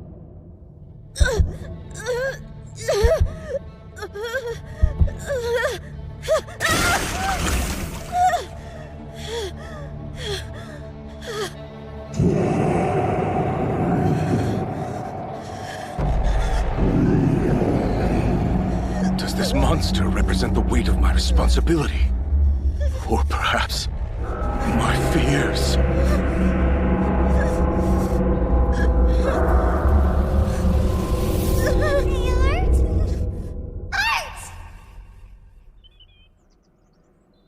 Oh, it's you. What are you doing? Good morning, sleepyhead. Time to get up. Jeez, one nightmare monster after another. Just give me 5 more minutes, will ya?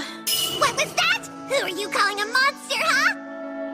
Come on, you have to get dressed. Grandpa's waiting for you. And fix your bedhead while you're at it. You're one to talk. You looked like Medusa a second ago. Hey, is it true that you've decided to stay? It's not a sure thing yet.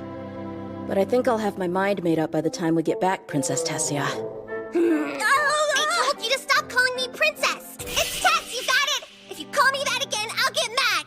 And you're not mad right now? Hurry and change already! Could you leave the room first? Please, Father, I'm begging you. Don't be fooled. That human doesn't belong in Eleanor. Alduin is correct, Lord Varian. Please reconsider. Letting him stay goes against our traditions, yet you insist on it. Why? I have taken a liking to him. Simple as that. Father! You know Arthur risked his life to save mine. Yes, and I'm grateful for that. Then let him This is none of your concern. That's quite enough. Come, it's time to go. Yes, sir. Father, please.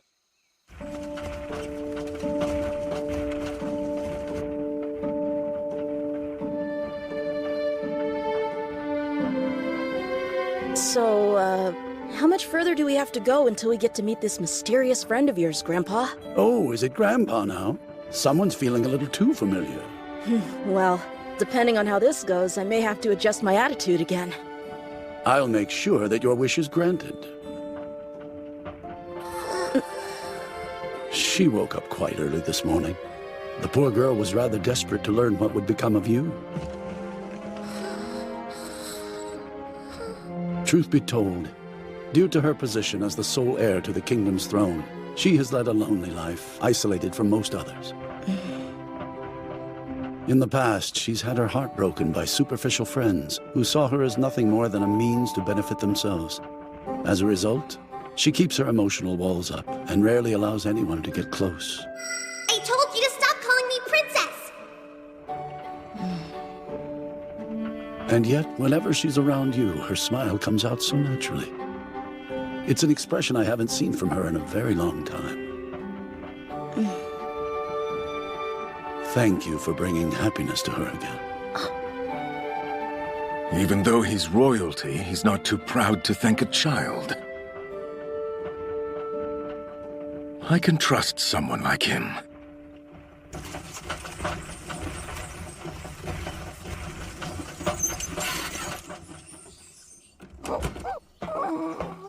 Are we there yet?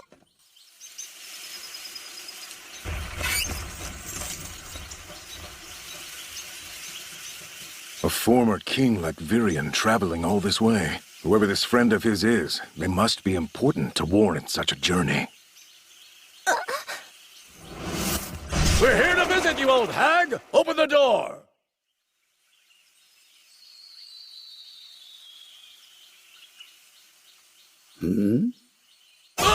There's no need to bang and shout. I can hear you just fine, you old bastard.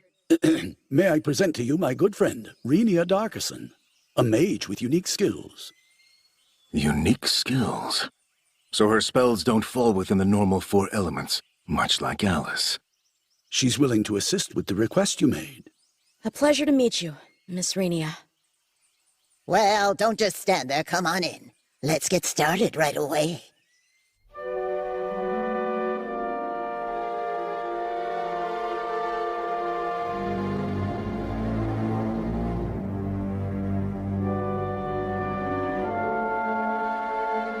What is her specialty, and how will it help me? I don't mean to pry into your business, but according to Grandpa, you have a spell that can help me contact my parents wherever they are. So the boy calls you Grandpa. You're getting soft in your old age, Virion. That's right, Sonny. I'm what's commonly known as a diviner. There's something about you, child. Something even I cannot see. I'm able to catch glimpses of both your past and your future. But it's fairly obvious that you didn't come to me for a prophecy. No, ma'am. You want to let your parents know you're safe and sound. That's the gist of it? It is. Start by looking here. Do your best to focus your mind on your parents.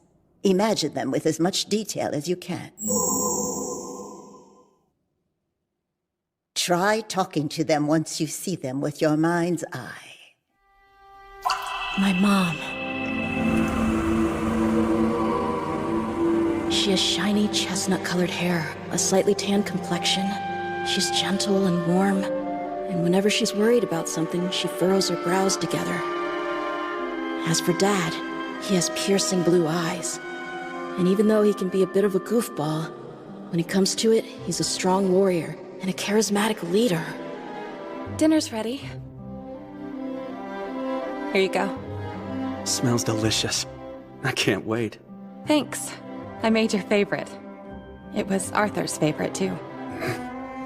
Yeah, it was. I thought, since it's his birthday today...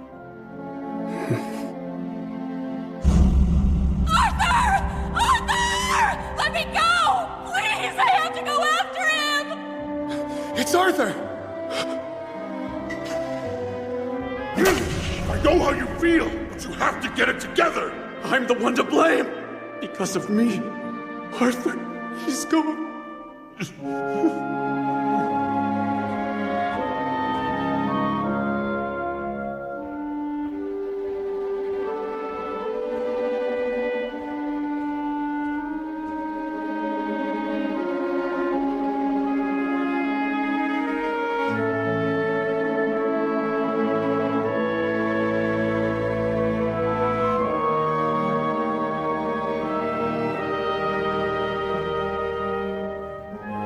It's all my fault.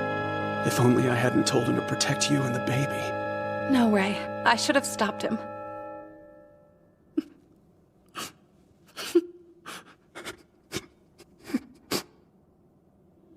Dad. Mom. Can you hear me? It was Arthur's voice. Son, is it really you? Yes, it's me. I'm all right. I'm staying with the elves in the Kingdom of Eleanor. I'm contacting you with the Diviner's special magic. I'm sorry. I really want to see you guys, but I can't come back yet. There's something wrong with my body. I need to treat it first. It's nothing life-threatening, so don't worry. Once I've recovered, I'll come back home. In the meantime, please, don't blame yourselves for what happened. I would have made that choice again in a heartbeat, even if it cost me my life. Oh, Arthur. I don't know when I'll be able to contact you again, but I'll be fine. Look after yourselves. Hear that? Ray, he's alive! Yeah, he is. Dad, Mom, I love you so much. Reynolds, Alice, I'm glad you're okay. I've made up my mind. Whatever happens in the future, I won't make them worry like that ever again.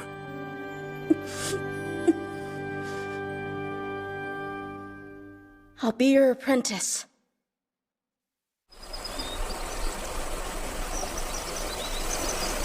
You're not listening! I've said it again and again. If it weren't for Arthur, who knows what would have happened to me? If we repay his kindness by chasing him off, people will start thinking elves are ungrateful. Is that what you want? She's not wrong. Very well. You win, but he'd better not cause trouble. At least you're beginning to see sense. Arthur will be under my direct tutelage, and I'd like you to make an official decree. But, Father... If anything happens, I'll take responsibility.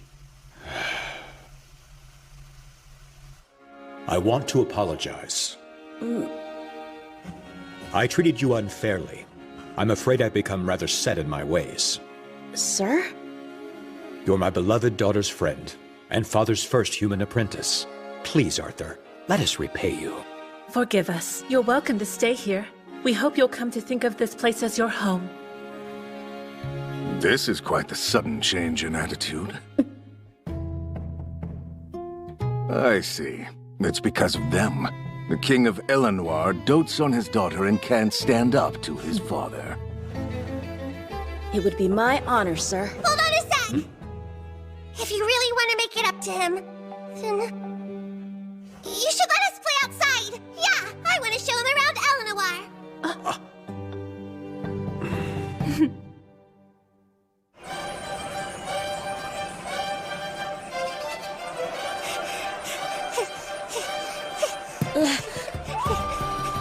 I've never seen an elvish city before. What a fascinating experience. We're almost there! I want to visit a certain stall. I hear they have the best desserts! Sounds good. It's really popular, so they might sell out if we don't hurry up! Sure, but do we really need to run? Look, it's over there! I'm so excited! Oh, excuse me. You should watch where you're going. You got some of your disgusting human germs on me. Who is this lout? Lord Varian might have given you his blessing to stay, but this is no place for a filthy human like you. Yeah, that's right! Go back to where you came from! The monkey! These are the most cliché bullies I've ever seen. Come on, Arthur. Let's just ignore them and keep going. Let's not. I think I'm starting to develop a taste for mischief. Tessia's influence, no doubt. While I'm impressed with how open-minded you are, Princess, escorting a human will only harm your reputation. My name is Faerith Ivesar II, and I would be happy to escort you instead. No, thank you. Hold on! Did you say Faerite? You're the Faerite Ivysaur? It seems I'm well known even among rabble like you. Wait, what did you just call me? The name is Faerith Ivesar II, you ignorant peon! Oh, I guess I got the wrong guy. Forgive me. I had no idea I was in the presence of such an august personage. From now on, I'll be sure to show you the respect someone of your station deserves. Anyway, we ought to get going. Hold it! You think I can't recognize sarcasm when I hear it? Apparently he's smarter than he looks. On the pride of the noble Ivsar name, I challenge you, human! I stand corrected. What do you think you're doing, challenging Lord Virian's apprentice to a duel? You know what that means. Why are you pushing things so far, Feyre? I beg your pardon, Princess, but I've been taught by my father to never allow such a grave insult to go unanswered. What do you say? Do you dare accept, or will you turn tail and run like the monkey you are? Of course, if you're too afraid to fight and actually run away, it'll put a stain on your master's honor. He wants a duel?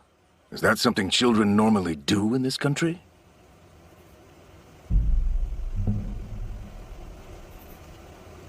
You haven't fled, so that means you accept. Would you do us the honor of officiating, Princess Tessia? Are you sure?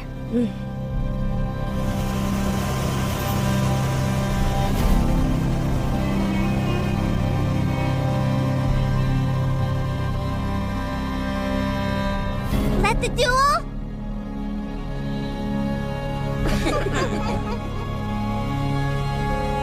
Begin! Say your prayers! I'll make you regret talking back to me!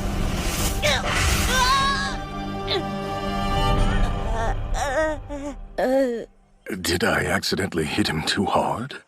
Oh, was that it? I thought you were stronger. I knew this would happen. I even tried to warn him. Let's go!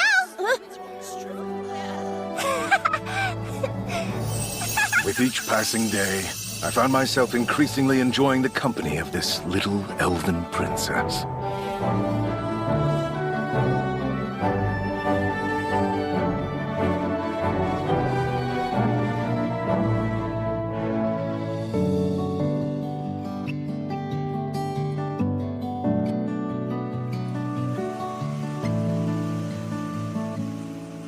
So, your training starts tomorrow, huh?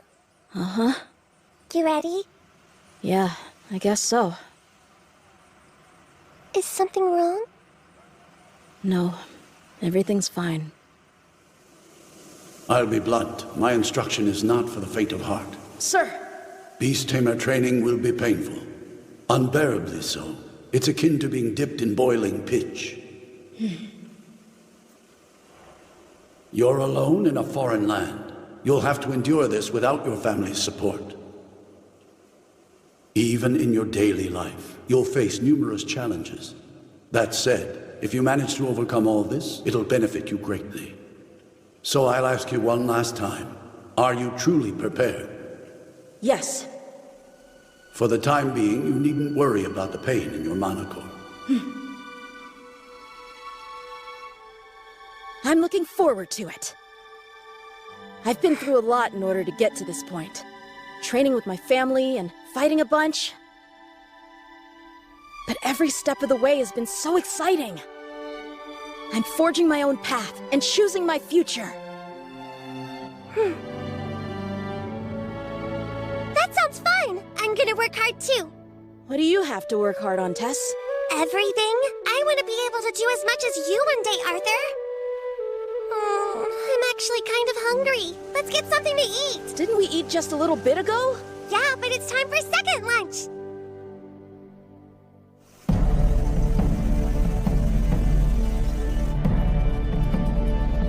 Your training will now begin.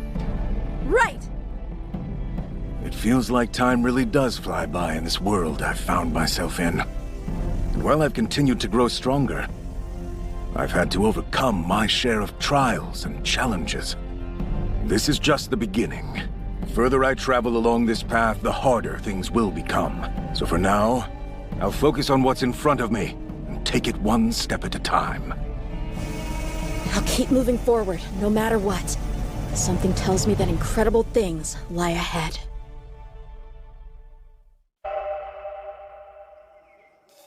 Hey, Arthur. Arthur. Come on. Get up.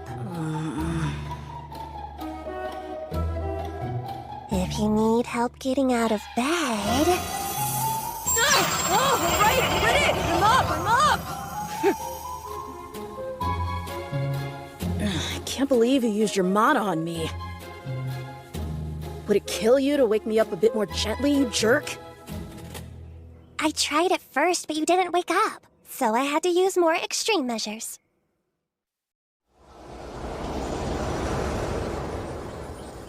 Where are your parents going? Some sort of meeting. One that requires both of them to be there. Interesting. Here, you better eat it all. The girl who made it for you is quite charming, you know, so you should be grateful. Charming, huh?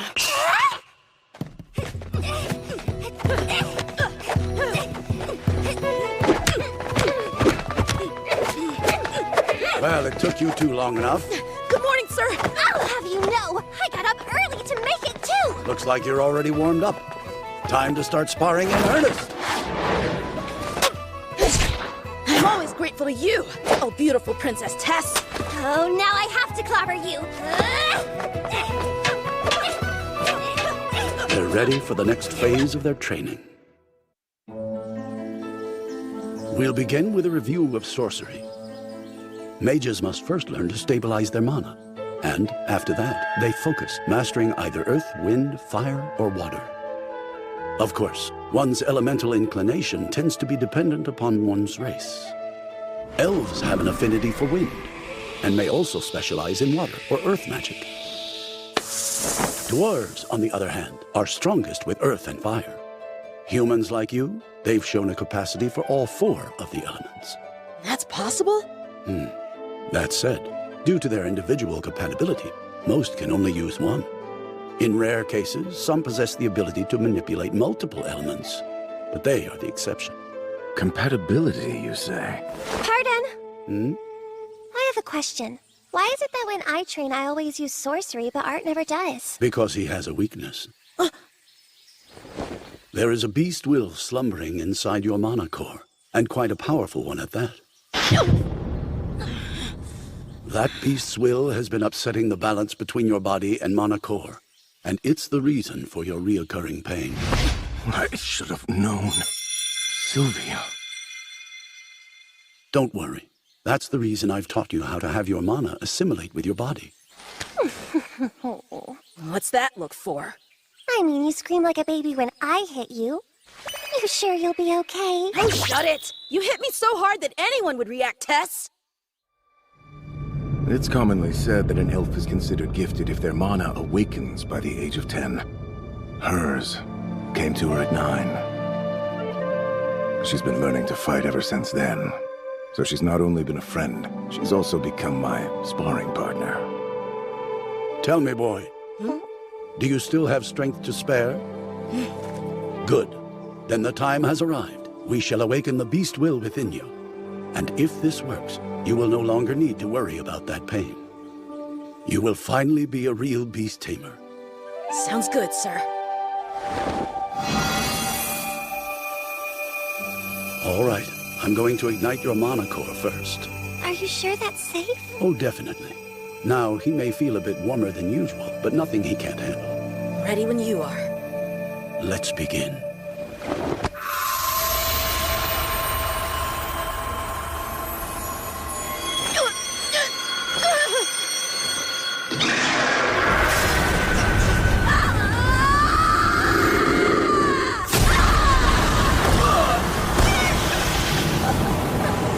What is this?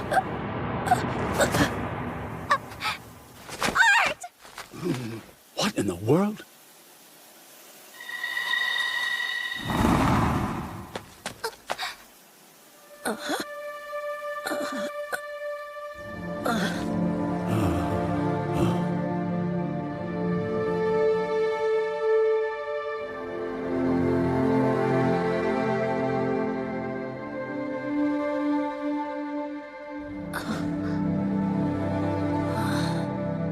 Grandpa?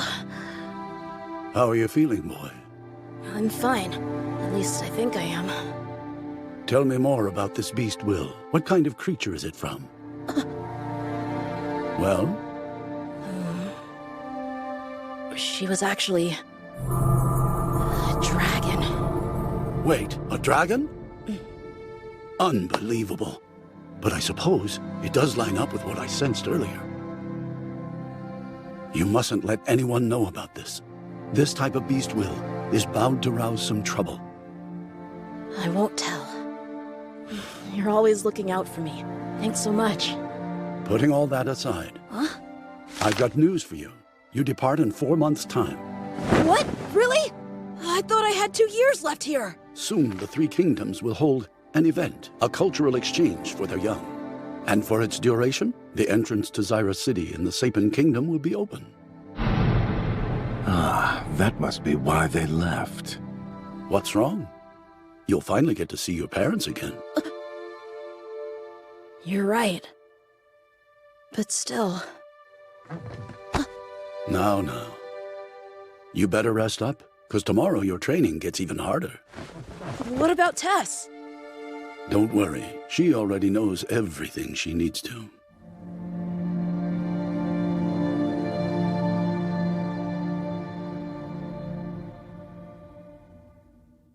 Only 4 more months left here. Feels so short, and yet...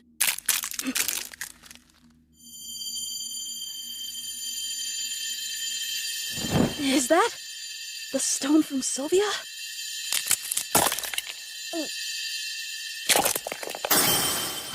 What in the world? This thing's hatching?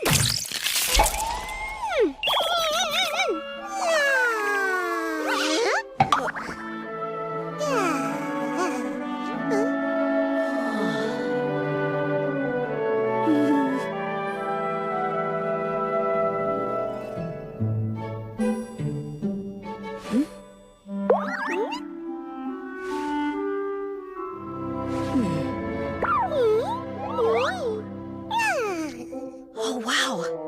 A dragon.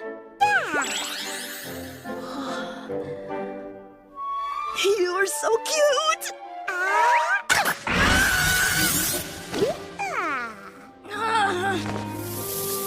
No!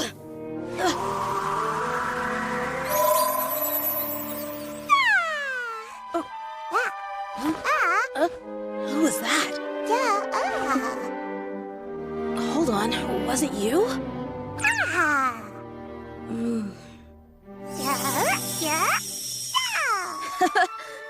Can you really talk to me, like, inside my head? All right, could you at least call me Papa instead? Perfect! I'd really like to name you after your mother, so it's nice to meet you, Sylvie. Hope that means you like it. This marking seems to carry more significance than I initially imagined. Who would have thought? Guess I'm a rebel with tattoos and a baby. My parents will be so shocked when they find out.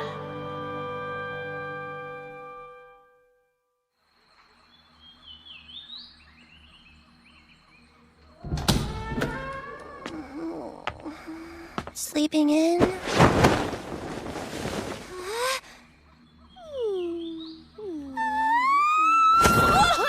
What's wrong?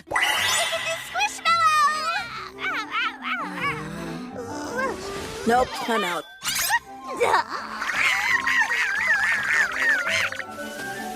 Hey, Sylvie, come to Tess. Don't be shy. I'll be very gentle. Maybe she'd come to you if you didn't stare at her like a starving predator. Grandpa, look at this. Art's got the cutest new pet. Is that a real dragon? Yes, it seems to be. You could have killed me! You can't just surprise me like that! It's bad for my heart! Yeah? I can't handle it. You have to let me squish you. It must have felt safe enough to hatch when you fully assimilated the beast will. What you said about trouble. It's fine. No one would ever believe you've got a dragon anyway. You can always tell them she's a rare mana beast. But enough about that. Now let's get to our training. Since you're a real beast tamer now, you have 2 cores, both beast and mana. You must exercise them simultaneously. And the most effective way to do that? Through constant combat.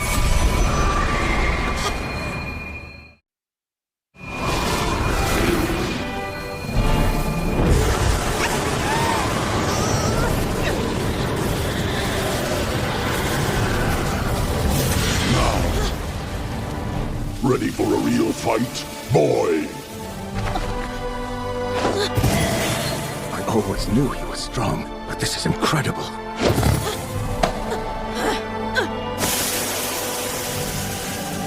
He's a stealthy one.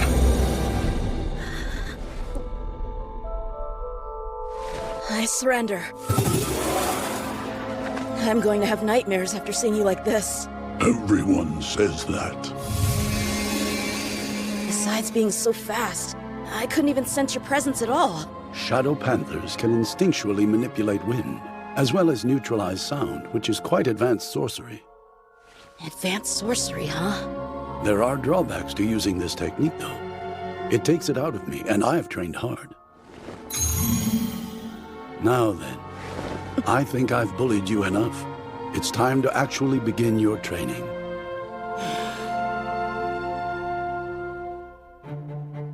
As the days flew by, I took advantage of the time I had remaining to begin mastering my beast will. Curiously, as I learned how to harness that immense energy, the pain I'd once felt so intensely completely disappeared. I only grew stronger. I could withstand attacks and fight back like never before. And when I had free time, I was fortunate to spend it like a normal child for once.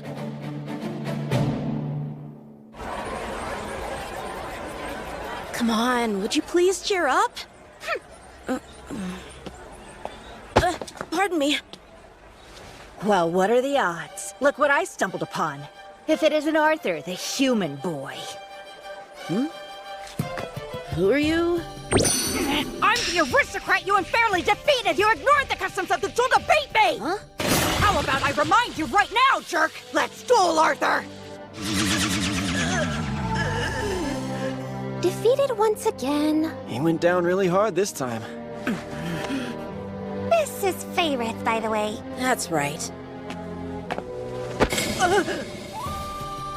It's great to see you again, old friend.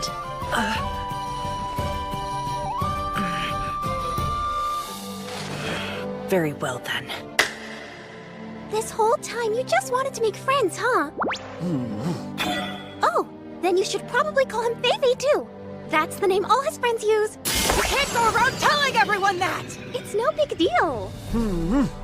Hey, so, are you planning on attending the exchange for young people from the Three Kingdoms? Of course I am. I was chosen to be a goodwill ambassador. If you're of high enough status, then it's mandatory to attend. So you're going too, then? Actually, I thought the princess has to go. We wouldn't want our delicate little princess getting lost again now, would we? Me, delicate? And you're sure you really want to call me that? Oh, wow, that was too easy. Hey, are you okay? Wake up, Faerith! Seriously? Come on! Art! A princess can't go around slugging her subjects. But... There are no buts. You have to consider your position, Tess. I suppose I'm not really one to talk. I know, but you're getting to go back home, and I can't even join my friends at the exchange. And now, you're getting angry at me just like my dad does. You are such an old man! But why? Yeah. Yes, I know. Don't rub it in.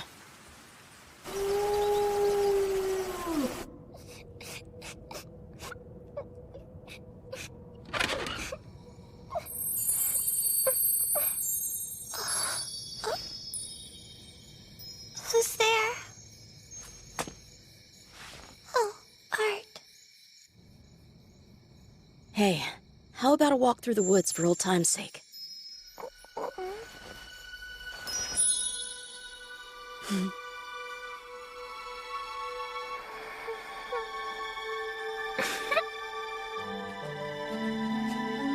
Are you sure? We were explicitly told to stay out. If we come across any kidnappers this time, we'll run. Anyway, look.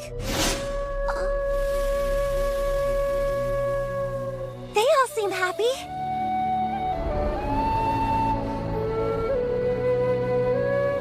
Sleepy? No, I'm not! Don't force yourself to stay up. I'm wide awake. See? Watch.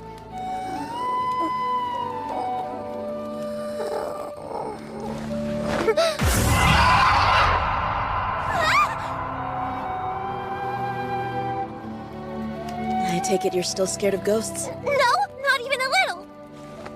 Then why are you trembling? It's just cold out! Tell me what the human kingdom is like. I'm not sure. I wasn't there long. Then I don't see why you can't just stay here.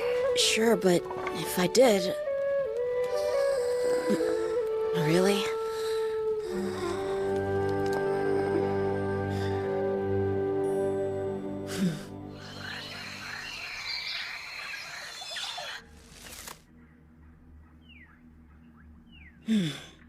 Good enough.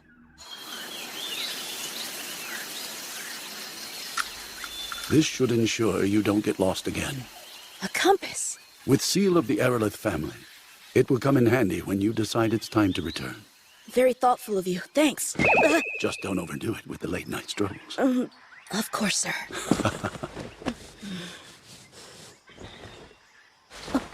Is Tess here?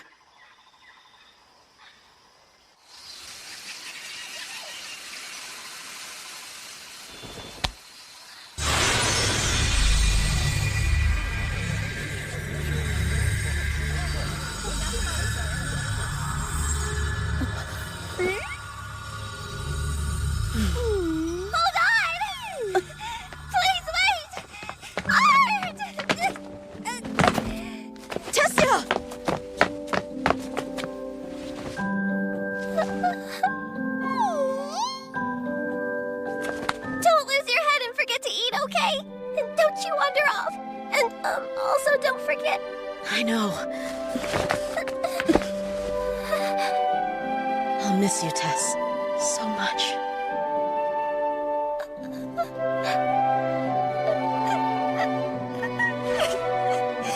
I'll miss you too, Art. With all my heart.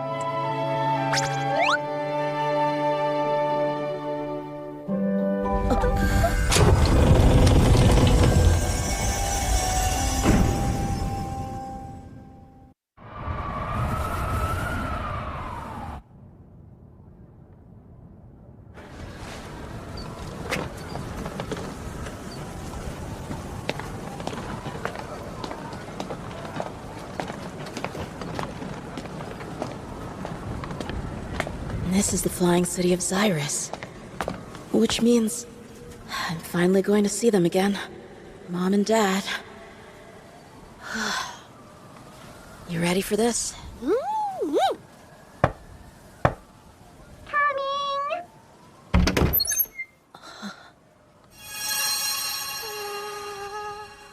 Get back here, Eleanor. We were in the middle of eating.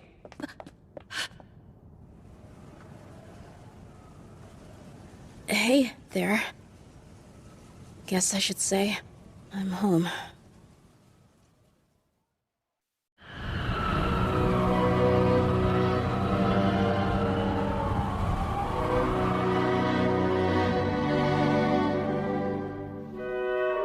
Arthur? Is that really you, dear? Yes. You're finally back! We weren't sure we'd ever see you again! Thank goodness. I'm so grateful you're home. You stopped that, Mommy! No more crying! Son, take your mom. Get away from here. What do you mean? I can fight too! You know I'm strong enough! If you're so strong, prove it by protecting your mother.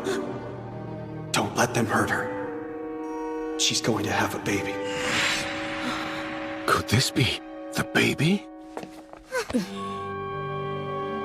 Well, hello there. I'm Arthur Leywin. Nice to meet you. Say hi. That's your big brother, Eleanor. Wasn't he lost, though?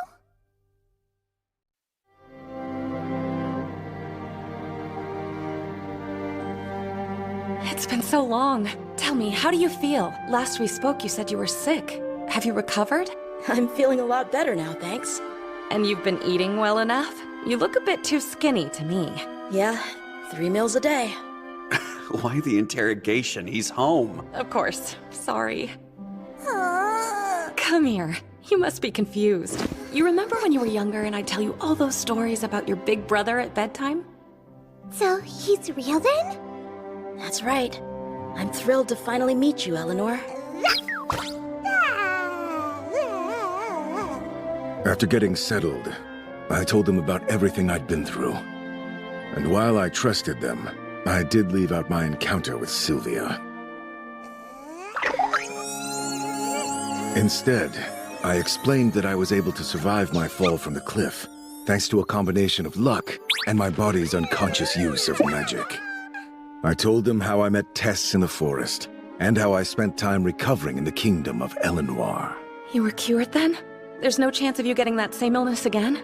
You don't need to worry. Apparently it had to do with my system being unstable because my monocore was awakening so early. Of course, I was reluctant to lie to my parents, but until I am stronger and more capable, it's too dangerous for them to know everything. And your friend here, want to fill us in on how you two met? I stumbled into a mana beast nest during my travels. That's where this one's mother was, dying from an injury. Unfortunately, I couldn't do anything to help her, and she passed. That was why I decided to take this little cutie in and look after her. I named her Sylvie. Baby Sylvie? Well, that's nice. I'm just glad you're healthy. Me too, truly.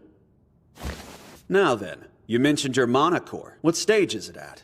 What is wrong with you? Your son has just come home and all you can think about is magic? Sorry, but I don't see any harm in comparing his growth and mine. It's fine. So, Dad, what have you been up to lately? Who, me? After we got here, I started working for the Helstea auction house. I'm the instructor for their whole security team. Sounds like it wasn't just your facial hair that grew. So, what stage is your monocore at then? You'll be proud. Your old man hit deep orange 2 years ago. Really? Orange?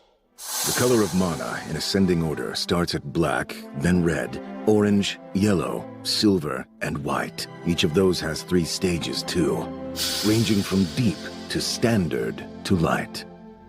Since he's an augmenter, it's clear he's been training hard physically. Still, having increased the stage of his monocore, that implies some significant effort. Impressive, right? So, what stage are you at? I'm at light red. Pardon? Did you say light red? God damn! I can't believe my son's almost caught up to me! God damn! That's incredible news, Arthur. Reynolds, hun, what did I say about watching your language and not cursing in front of our impressionable young daughter? Hey, Eleanor, Daddy's begging you to never use that phrase again, okay? Damn! Damn! Wait, how the heck did you manage light red? You know what? Never mind the details, let's just go and spar! Damn! Sweetie, please stop saying that. Ray, this is all your fault. I'm sorry, I've said it a million times. I've gotta admit, it's good to be home. Everything. Ray, is it true? I just heard that your son's still alive? Who are these people? They seem comfortable with my family. Oh, Arthur. This here is Vincent Helstea. He runs the Helstea auction house, and he's my boss. Vincent, Tabitha, I'd like you to meet my son, Arthur. He's really back.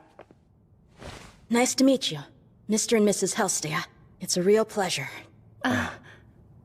Aren't you a charmer? Are you sure you're really Reynolds' son then? Hey now! I get that a lot, but yes, I am. Arthur, this is our daughter Lilia. I hope you two can be friends. It's very nice to meet you. It's nice to meet you too, Arthur. Can I pet this cute little munchkin? Sure. Oh, Arthur. This is actually Vincent's house, so it's good you introduced yourself before we make a mess. A mess, huh? Yeah.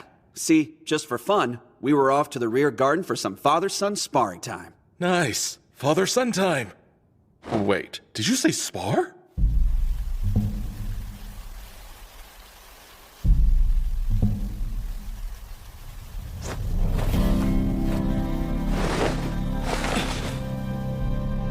So they're actually going to duel.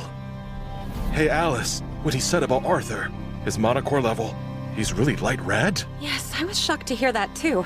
But I must admit, he's always been a fast learner. Then, he awakened at 8 years old and already advanced 3 stages? He's got no reason to lie about it. Sit down and relax, dear. Oh, sorry. It's just that the 11 and 12-year-old prodigies at Xyrus Academy, even they are barely able to reach Deep Red. Now probably isn't the time to mention that my progress was only limited to light red, because I didn't practice much during my time assimilating Sylvia's will.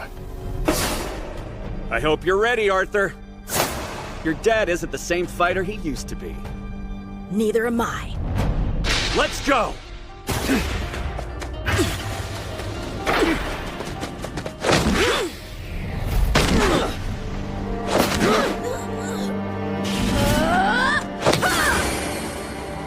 You've almost got it, son. But you're going to have to try harder.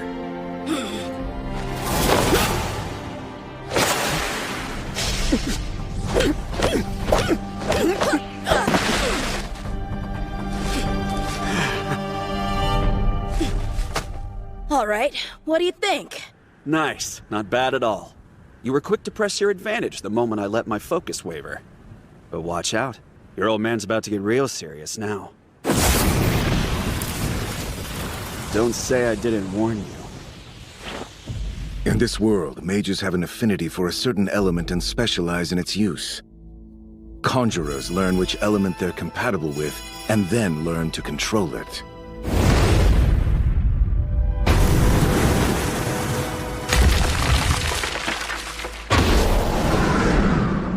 Augmenters have more difficulty discerning which element they have an affinity for. They're only able to determine their compatibility after a great deal of effort and training. There was something in my past life that functioned a lot like Mana does here. It was Ki, the energy within. Unlike elements, Ki was something that you had full control over. Also,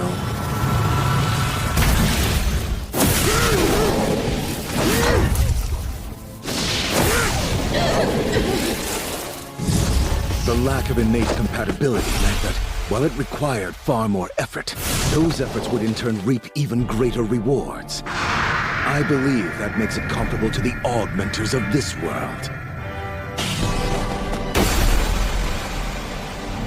I've had no shortage of good luck and advantage since being born into this world. And for me, this is the cumulative result, right here.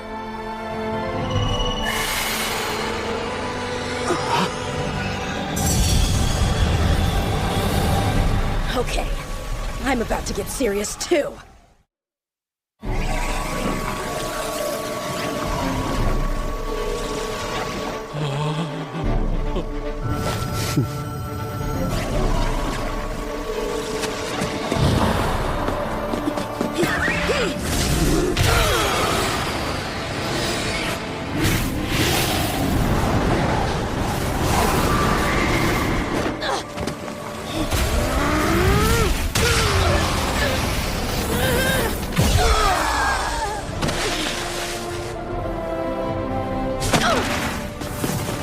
My memories of Ki from my past life made my training with Virion over these years all the more fruitful. Arthur, you've shown a great deal of improvement when it comes to manipulating the fire element. Now let's move beyond that. So what comes next?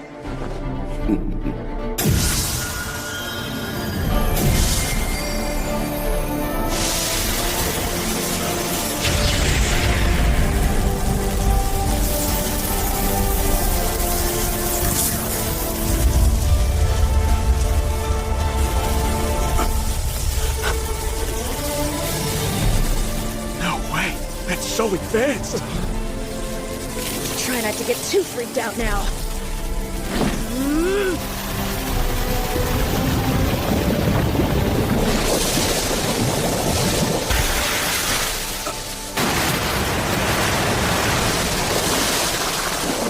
Water elemental magic? Yeah, that's impossible!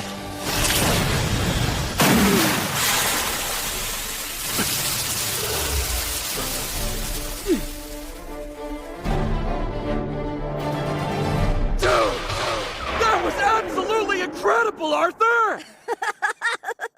Where did you learn all that? And how? What else can you do?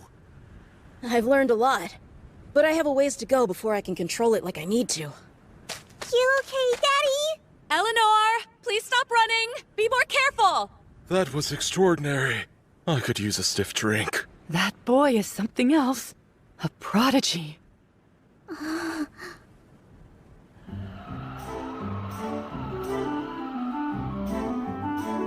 I'm still trying to make sense of all this. You do realize your son has a very promising future ahead of him. I'm well aware. I've known ever since he awakened at age 3. He awakened at 3. He blew our house apart in the process, too. I knew your house was wrecked, but that's how it happened?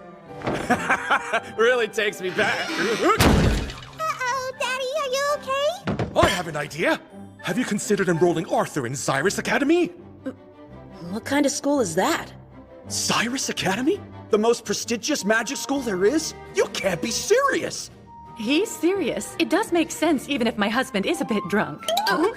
Honestly, considering the potential he has, we'd be happy to invest in his future.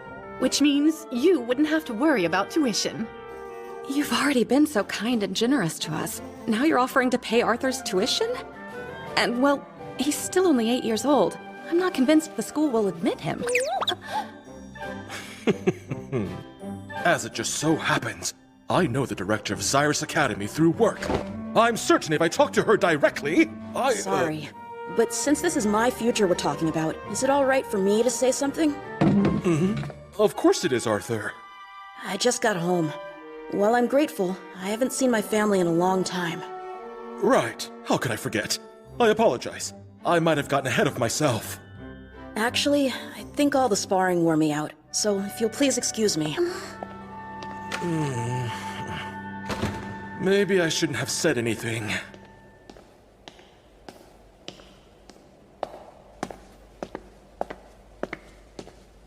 If you keep heading that way, you'll end up lost in the basement. Lilia...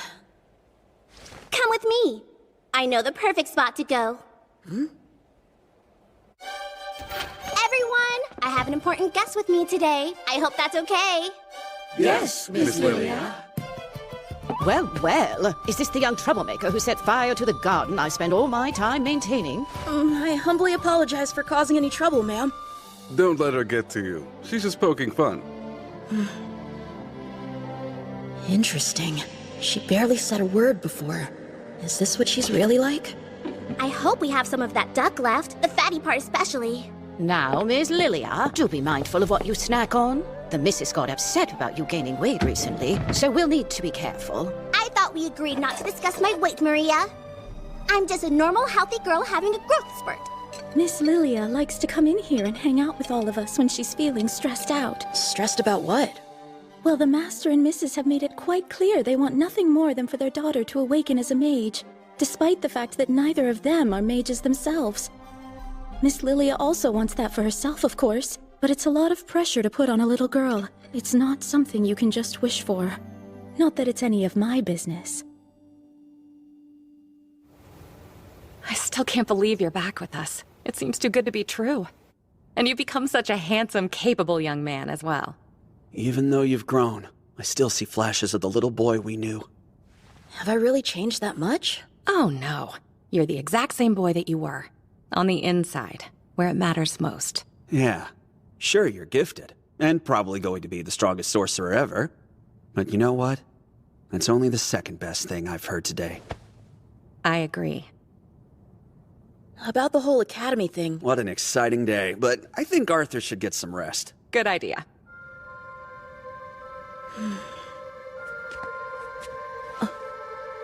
What is it? Please don't tell me you've gotten too old for this kind of thing. That would be a shame. Never. Good night, Mom. Good night, Dad. It's good to be home. I missed you both. We missed you. Have sweet dreams, okay? You know, what Vincent suggested before, it was only out of concern for you. Don't worry about it. I can tell the Hellstayers are good people. They were just trying to be kind. Good night, Arthur. Sleep well.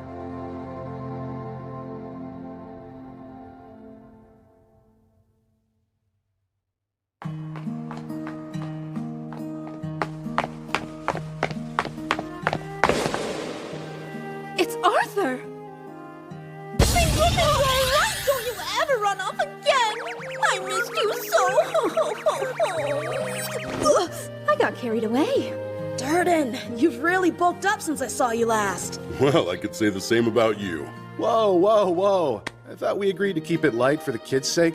Why is everyone acting so weepy? And also, what's with that mama beast? Are we not even gonna ask him about his little friend?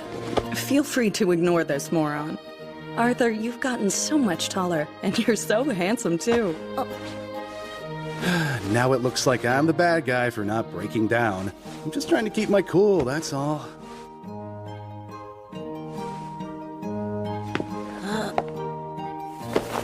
I'm so very sorry. It was all my fault. Please forgive me if you can. Jasmine.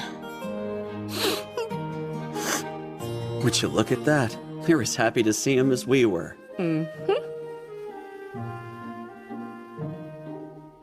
Wow!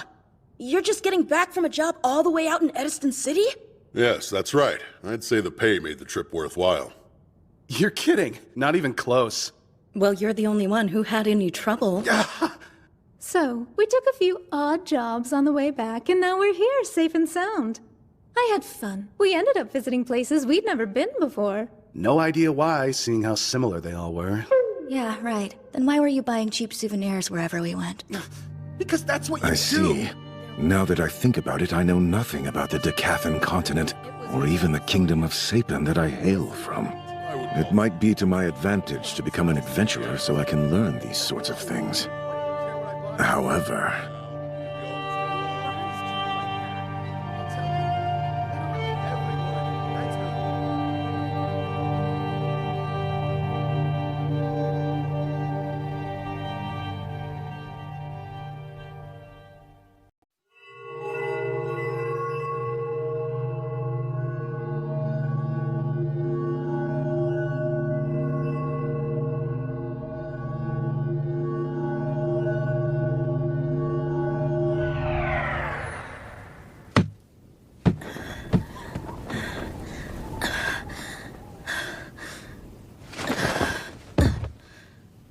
I can't believe I can only hold it for a few seconds.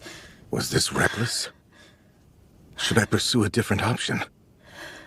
No. I need to fully master this power, so that I can one day defend those I love most. That's the whole reason I came back in the first place. Yeah.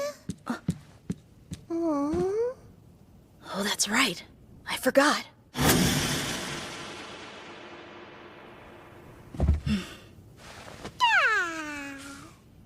I'm really home now. You reek!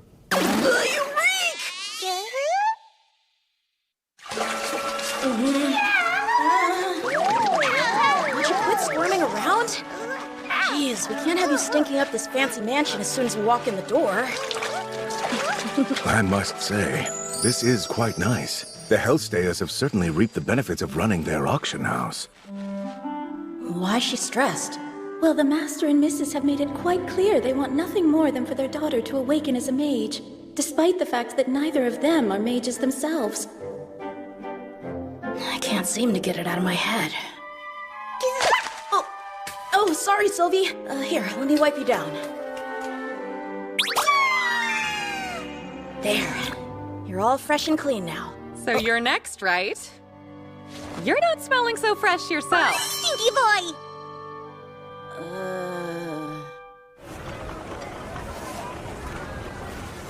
My, oh my! I've got a real diamond in the rough here.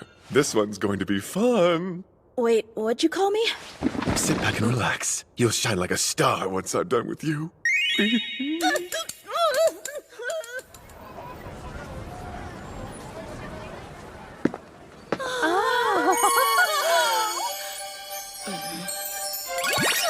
I love it! So handsome! Almost handsome enough to be my big brother!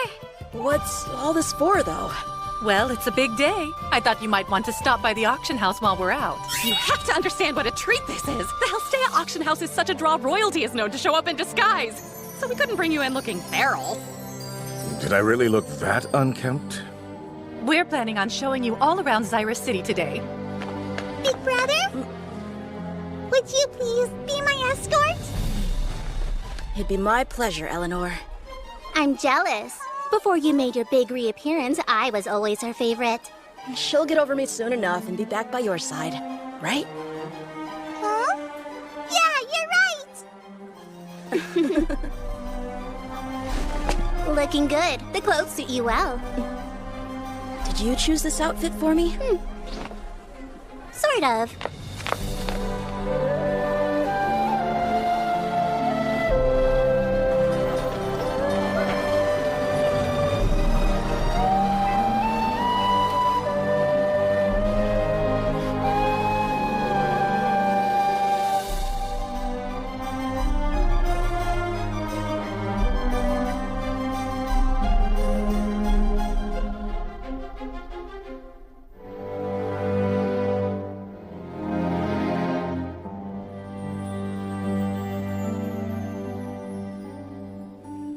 So, who are they? Just kids from Zara's Academy. They look like trouble to me. Well, yeah. Wearing one of those uniforms will get you treated like royalty around here. Royalty? Then why? I'm sensing something.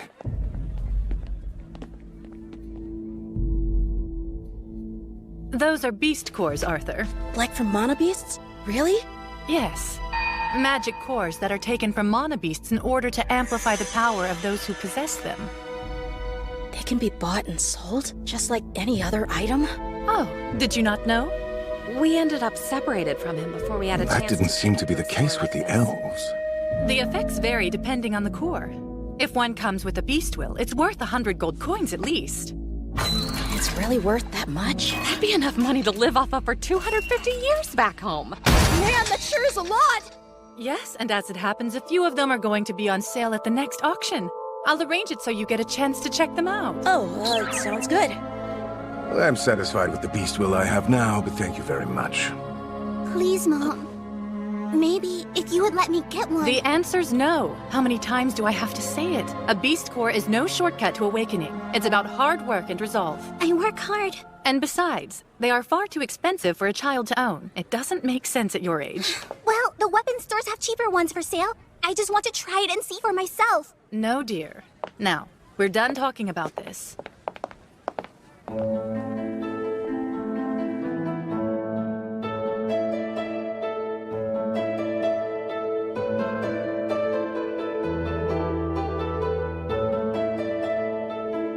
From what I've been able to witness, I don't think it sounds like her mother's the one pressuring her.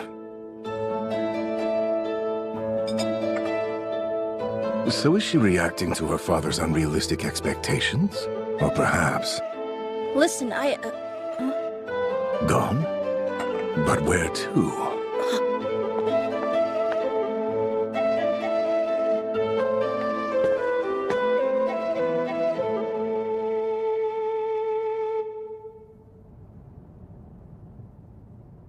Pretty sure that with my allowance, I could afford this. So that's your plan? What are you doing here? A beast core isn't enough on its own. Buying one doesn't mean you can use magic.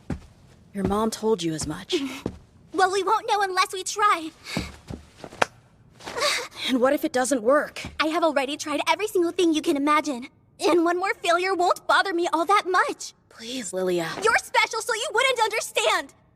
This could help me, but my mom and dad won't even let me get near a beast core, no matter how much I beg them. I see. Then I must be the reason she's feeling so much pressure. We should talk. Come on. Just leave me be! Oops. I'm so sorry. Oh. So who's the shrimp? Was that your idea of an apology? Who do you think you're dealing with anyway, huh? Those uniforms. Hey, what's all this commotion? Yeah? My mistake. Please, take your time, sir. We can take our time. Lucky us. Oh, how nice. So, should we amuse ourselves? This has become a nuisance. Don't even bother trying to run away! I was hoping to avoid getting rough, but... What are you doing? Both of you, release your power! You heard me? Yeah? And why should we? Lady, those are students from the academy. If you upset them, it ends up hurting business. That's your biggest worry? You sure? The daughter of the Hellsteas was being threatened. That seems more concerning. The Hellsteas? as in the auction Is house. she really a Hellstea? They're also big donors to the Academy, aren't they? We're cooked if the director finds out. Damn it. You can't earn your spot, so you want to buy it, huh? Lilia.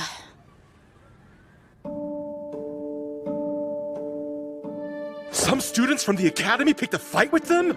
I stopped it before it got that far. Honestly, it was fine. We were more worried about the other students than anything else. Sorry I let you down, Father. Don't worry. Over this small trifle. No need to fret. It's not worth your time. Nor yours. Also, Arthur, this shouldn't pose a problem if you do choose to enroll at the Academy. It should still be fine. All right. I'm still deciding. We've made many sizable donations to the Academy. An incident like this won't be enough to deprive you of a spot. I get it now. What you're really saying is that you want to send Arthur to the Academy in my place, aren't you? Huh? Oh, no, I never said that. I know how disappointing it's been to watch your daughter fail so many times. I've tried so hard, but it doesn't matter. I'm still not good enough. We don't think that, Lilia. Try to calm down. I hate you for picking him, Father! And I hate you too, Arthur.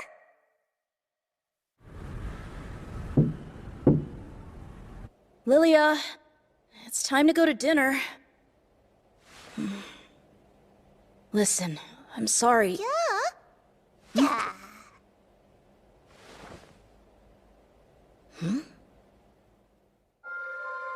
Cyrus Academy? That's right. It's the school you'll go to when you're old enough.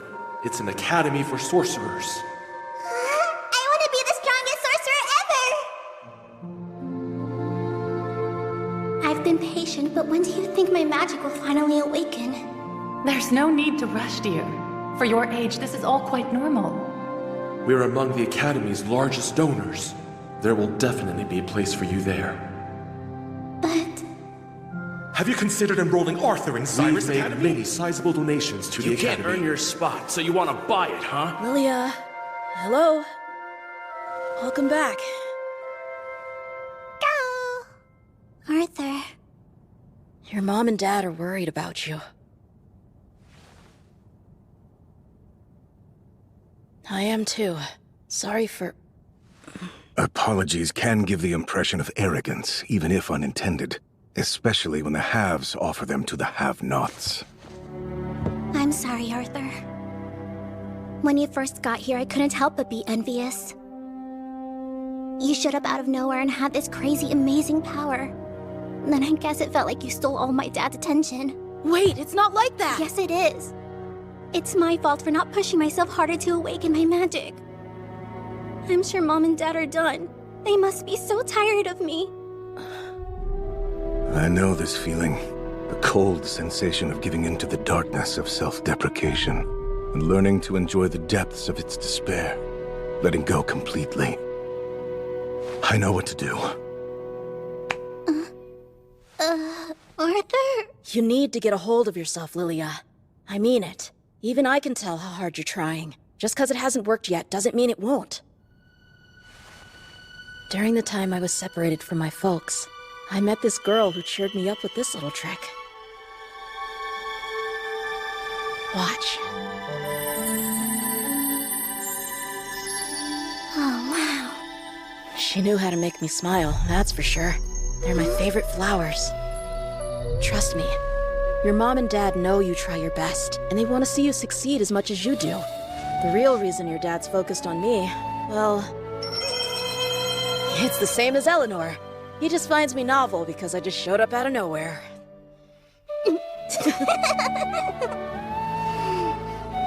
Honestly, I know my dad just wants me to be happy. That's why he really pushes me to become a sorcerer. And I'm sure it's the same reason he donates so much to the Academy, too.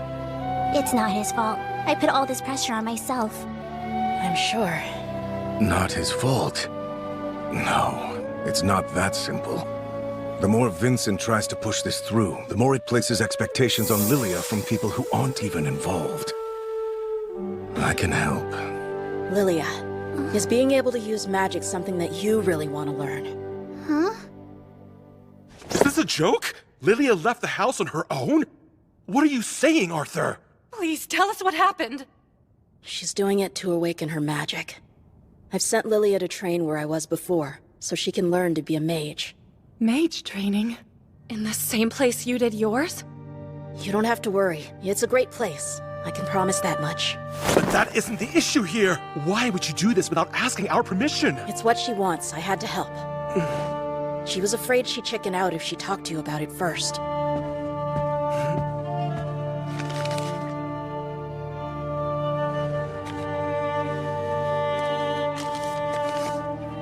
My dearest Mom and Dad, as long as I am unable to use magic, I know I will be no more than a useless burden to the two of you. I promise to become an amazing sorcerer before I return back home, no matter how many years it might take. Love, your daughter. She just left? I've been such a fool. I pushed her too hard. It's all my fault. I convinced myself that being a mage meant she'd have a happy future. She doesn't have to be a sorcerer for me. No matter what happens, I love her. She'll always be my precious baby girl. You hear that, Lilia?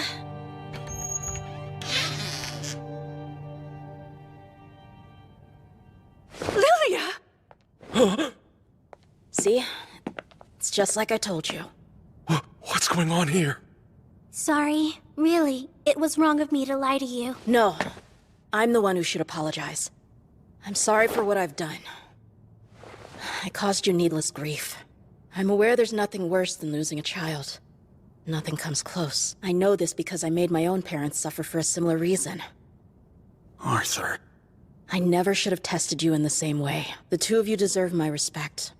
I'm sorry. No, it's fine. This is all my doing, not yours. I can see that now. Your son had finally come home, and I was advising you to send him off. It was wrong. Reynolds, Alice, please know how very sorry I am. Lilia, dear, forgive me. You can do anything you want to. You don't have to attend the academy or be a sorcerer. I just want you to be happy. Thank you, Dad. But I would still like to attend the academy someday. I want to learn how to use magic no matter how long it might take me. I want to become a capable sorcerer, but one who uses their power to make other people happy too. Just like Arthur. Lilia. You can do anything you put your mind to. Okay then. If it's what you all want, I can awaken her mana.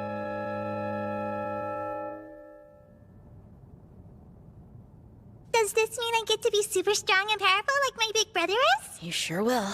I know Arthur only wants to help, and that he's incredibly talented. But I've never heard of anything like this. First, focus on your breathing. Wait, what? Mana gives off a stronger impression when you're breathing in a focused, meditative fashion. I hope I can get that concept across to them.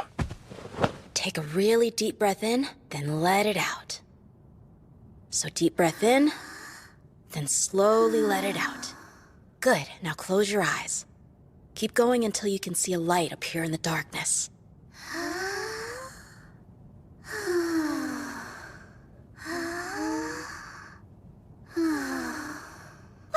There's a pretty light there. Oh, now it's gone again. That's because you let your breathing get disrupted. I haven't even seen anything yet. What's wrong with me? There's no rush. Just keep taking deep breaths. Time to see if my theory's correct.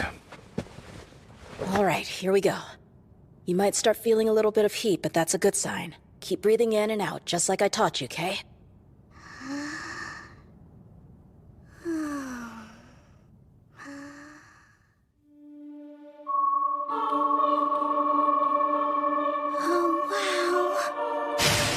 Gentle dots of light.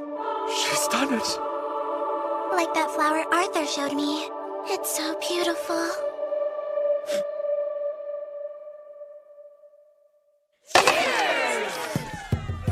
I'm very happy for you, Miss Lilia. You've worked hard for this. Thanks so much. How about some nice duck with plenty of fat on it to celebrate? You can eat all you want today. You've certainly earned it. True. It might take years to get right. The power will stabilize, though. It'll take work, but just keep at it. I can't wait to see what kind of elements I'll be able to use. Hey!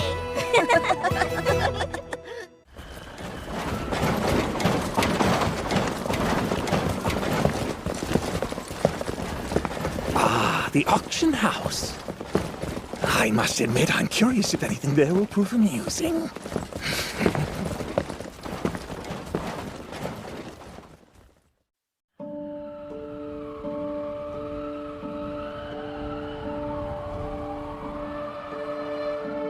Whoa! Amazing! So this is the Helstea auction house. It looks like a fancy castle. I just hope we don't stand out too badly in there. Stop worrying. You can relax. This'll be fun. We should head on inside. No point in waiting here.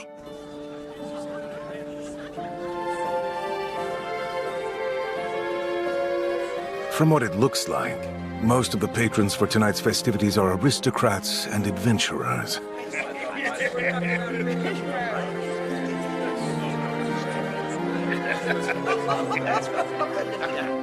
This is their chance to purchase inventory Vincent and the other collectors have assembled.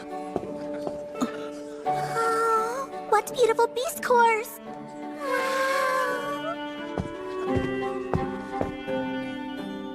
How interesting. Yeah?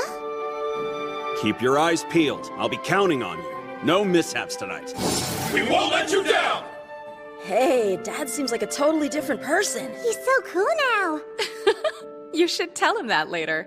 I'm sure he'd love to hear it.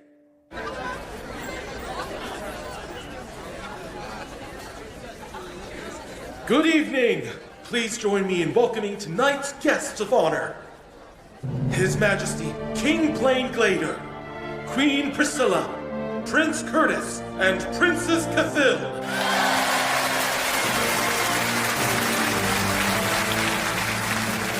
It seems the king is fairly popular. And now, without further ado, let the 10th anniversary auction begin! How nostalgic. This reminds me of my past life.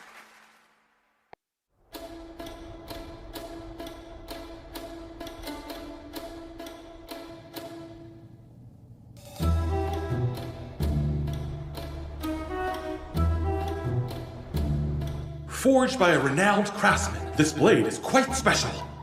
When you apply mana to it, electricity will flow through the tip, giving this weapon a razor-sharp edge and an effect to paralyze your foe. We'll start with a bid of 50 gold pieces. 51! 52! 53! So certain high-quality weapons can hold an elemental enchantment. I ought to try that later.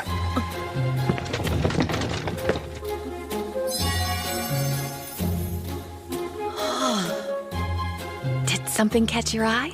Well, it's not like we can afford it. You're right about that. Hold on. Where's Sylvie? I'm not sure. Eleanor was carrying her a moment ago. I'm gonna go look for her.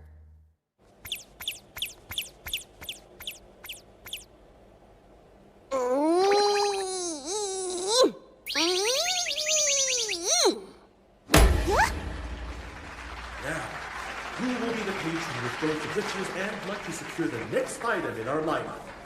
Feast your eyes. This is a genuine World Lion Cub.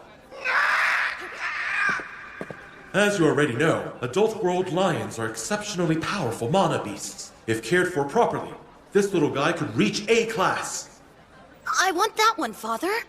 Why not? Yes, this legendary mana beast could be yours. The bidding will now begin. Let's start at 100 gold. 300! 400! 450!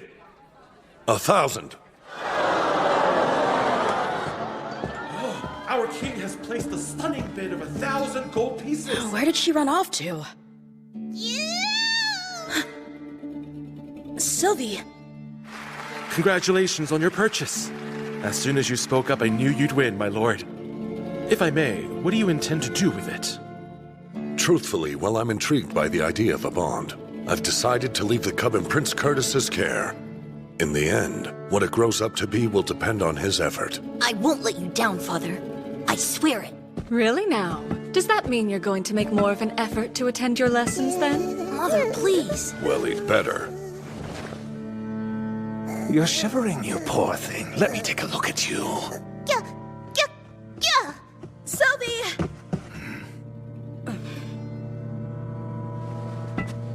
A conjurer in service to the king. I can't have him causing a scene. Excuse me, sir. Could you please return her to me?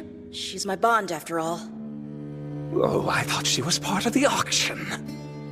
Shame. I've never seen such a unique mana beast before. You're a very lucky young man.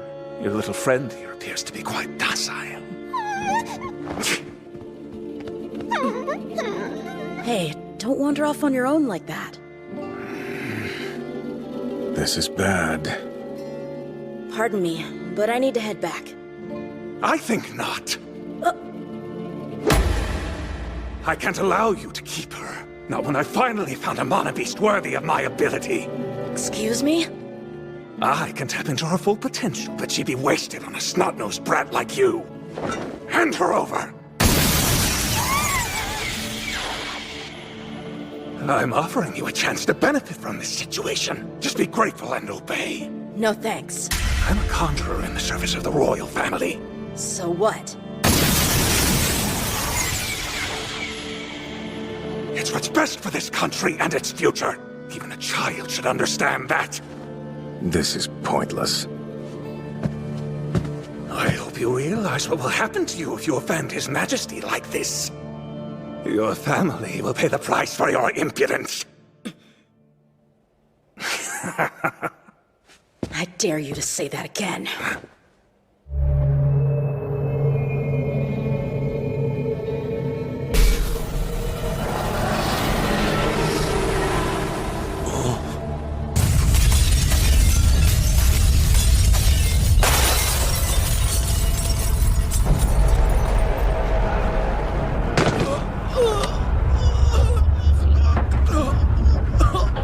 Where is this overwhelming bloodlust coming from? No, Vincent! What is this? Your Majesty, please stay back! Never mind that. Protect my family. Whoever's the cause of this, show yourself!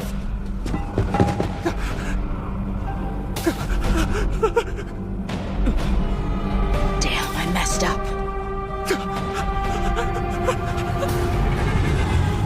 I let my emotions get the better of me. Everyone all right?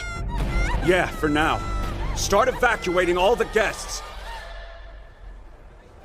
Dad, everyone, forgive me. I didn't mean to scare you. Sorry. Reynolds Leywin, head of security. Sire. Let's talk. Despite your best efforts, you couldn't catch the perpetrator. Yes, I'm sorry, my lord. Unfortunately, this failure necessitates disciplinary action. By your command. If I may, Your Majesty, considering the fact no one was injured, I believe some mercy would be warranted in this case.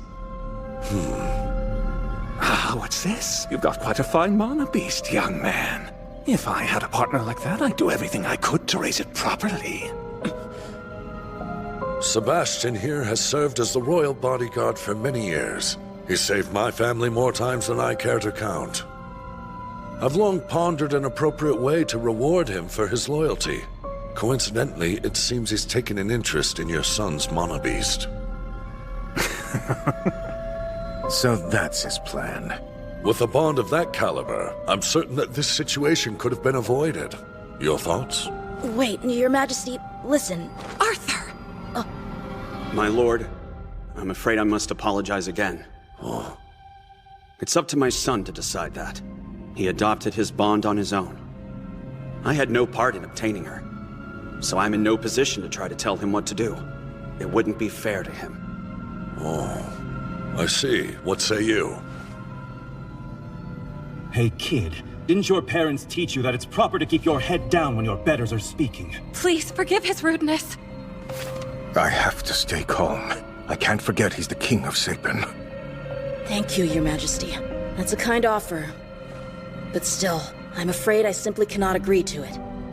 To me, Sylvie is irreplaceable. You have the nerve to refuse? It's fine. Tell me. What would you say to a trade of Mana Beast? I could give you the World Lion Cub in exchange. But father! How about it? Your bond is certainly rare, but reptilian Mana Beasts take an exceedingly long time to mature. And even when they do, they tend to be weaker partners than their predator counterparts. Forgive me. It's my fault for not making things clear, my lord. I have zero intention of ever relinquishing or trading away Sylvie. You refuse me again. I've already given you 2 chances. Arthur, please! I'll only ask but one more time. Will you willingly hand over your bond to me? May I answer a question with one of my own, Your Majesty? In your opinion, how much would it cost to buy your children? You asked me for Sylvie 3 times, and I have not wavered in my response. It seems that your pride prevents you from accepting an answer you find unsatisfactory. So at what price would you be willing to give up your own children? Perhaps we could trade them for another child? King Glader. What? Seize him! You arrogant little brat! How dare you talk back to the king!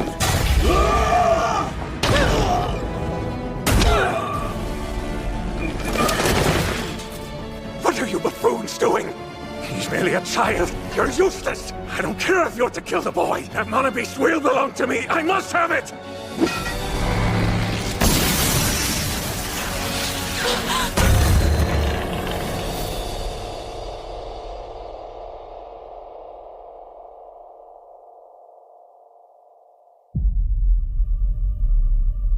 I don't understand. What's going on?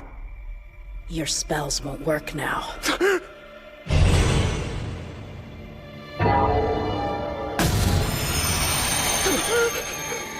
You insolent brat! I'm a royal conjurer! You can't intimidate me! You sure about that? What did you do? Somebody help! Can't you hear me? Why are you all just standing there? You're right. They can't hear you. Pay attention. This may very well be your final chance to learn a valuable lesson. You can't possibly believe you'll get away with this! I'm the royal family! Just shut up. You really should consider the position you're in.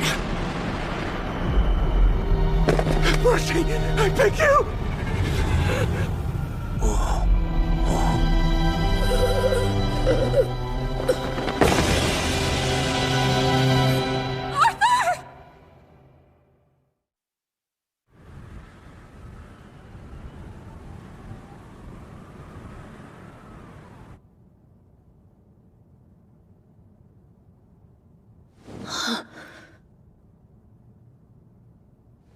Oh, my head. I went overboard.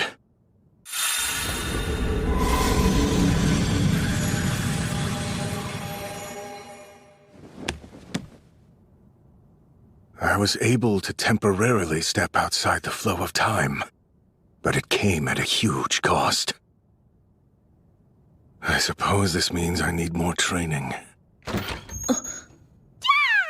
Oh, thank goodness! You're finally awake!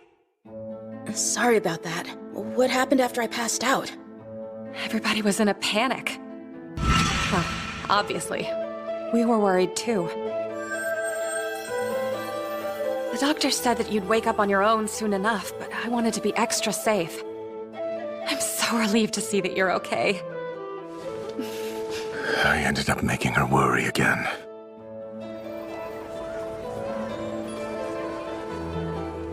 Sweetheart, are you sure that you're up to this? I'm fine. I needed some fresh air. Look! Oh, yeah. I bet Eleanor would love that. Go on. You're her older brother. She'd appreciate a gift from you. Is there anything you want for yourself? I could buy you something. No, that's okay. It costs so much. Especially given that Reynolds may have lost his job. Don't worry about the price. I've been earning money from my job too, you know. Oh, really? It turns out Alice's products are popular with nobles. They're sold in general shops throughout the city. Apparently Tabitha helped her make some connections. Reynolds never comes shopping with me, so this is a big help. I'm starting to see why. I've already told you, this isn't something that could be fixed by throwing money at it! Do you understand that my son could have been killed? What's going on?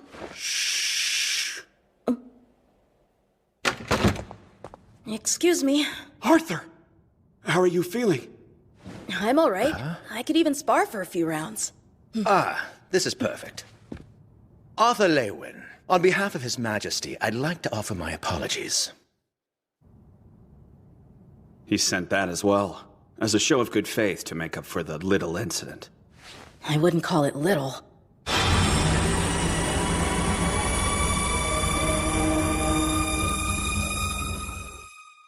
The move here is to play the humble victim. Thank you for checking in on me. I appreciate it. It's the very least we could do.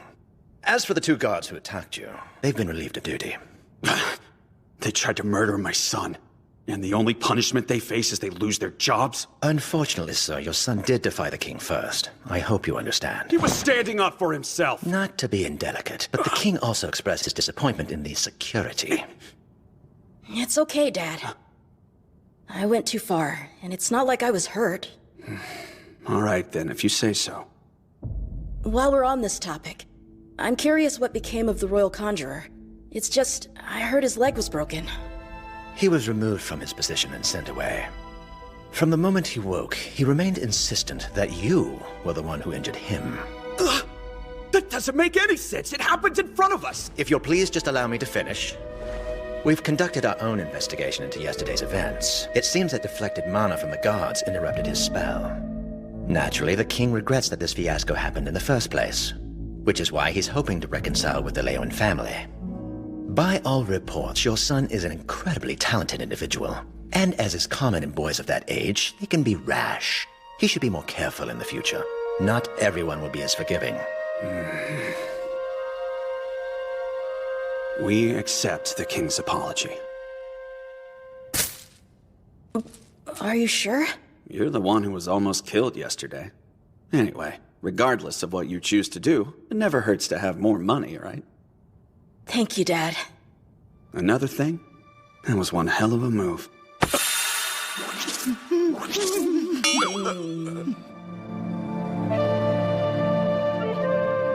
This debacle serves as a painful reminder that I'm still just a child in this world. Even though I've grown significantly, I can't stand against the power of an entire nation by myself.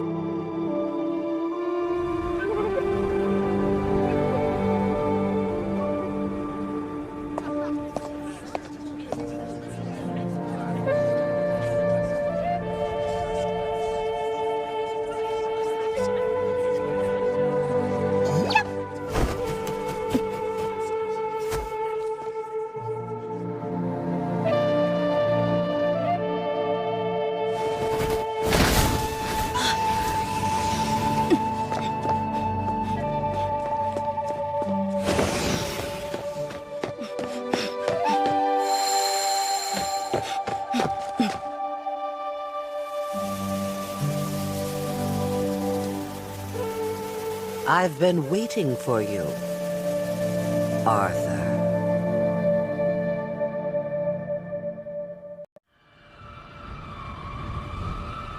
Xyrus Academy.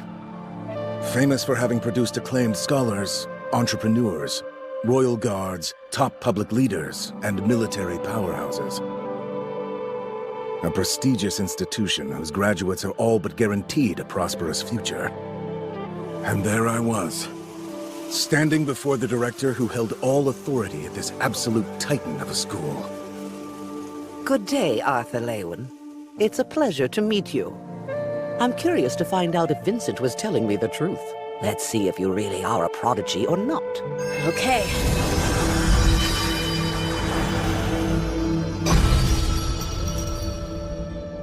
Very well. Then we shall begin.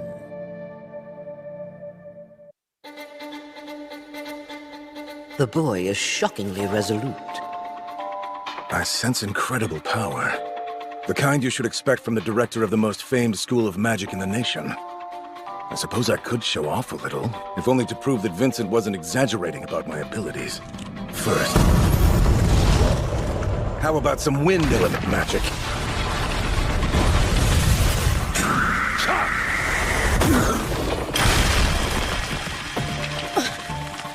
I still can't seem to control earth and wind as effectively as I do fire and water. How about this?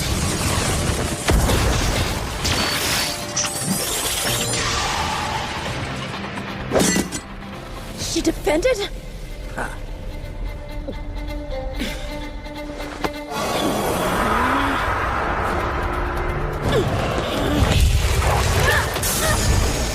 Wait, a cyclone?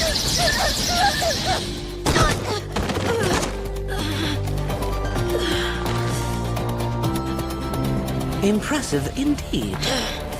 Your overconfidence in your ability to face opponents might be a weakness, but that was still quite the display. Your sorcery and combat skills were exceptional.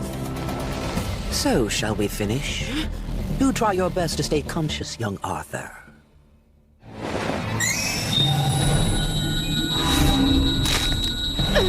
Sound magic? Exactly what kind of sorcerer is she?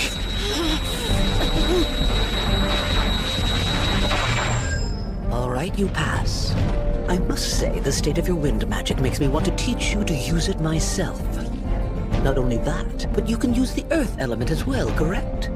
And I suspect that those aren't the only ones. She's sharp as a tack. Yes, water too. Is that so? And is there a particular reason you wanted to meet me? Why else would you come all this way to show me your powers if there isn't? She sees right through me. You're right, ma'am, there is. I showed you my abilities because I have two things I need: power and influence. If you keep my family safe until I'm strong enough to do so myself, I'll not only attend your academy, I'll revere you as my benefactor to whom I owe my life. I hope you realize even the Sapin royal family wouldn't dare to make such a blunt negotiation with me. You're quite sure of yourself. Well, I believe I'm offering something of substantial value. And what's more, I think you believe that as well. That said, if I'm going to attend Xyrus Academy, I think it should be when I'm the same age as the other kids. That's over 3 years from now. If your studies began sooner, you'd be stronger at your craft. Why the hesitation, Arthur? Because I once promised someone that I'd live my life to the fullest. I want to become an adventurer and learn all about this world I inhabit. There'll be plenty of time for the academy afterwards. I see. It seems you've already decided. Tell me, have you informed your family of this? No, I will after this. Right, fair enough. We'll formally complete our deal once you've managed to convince them. No! Absolutely not! I won't allow it!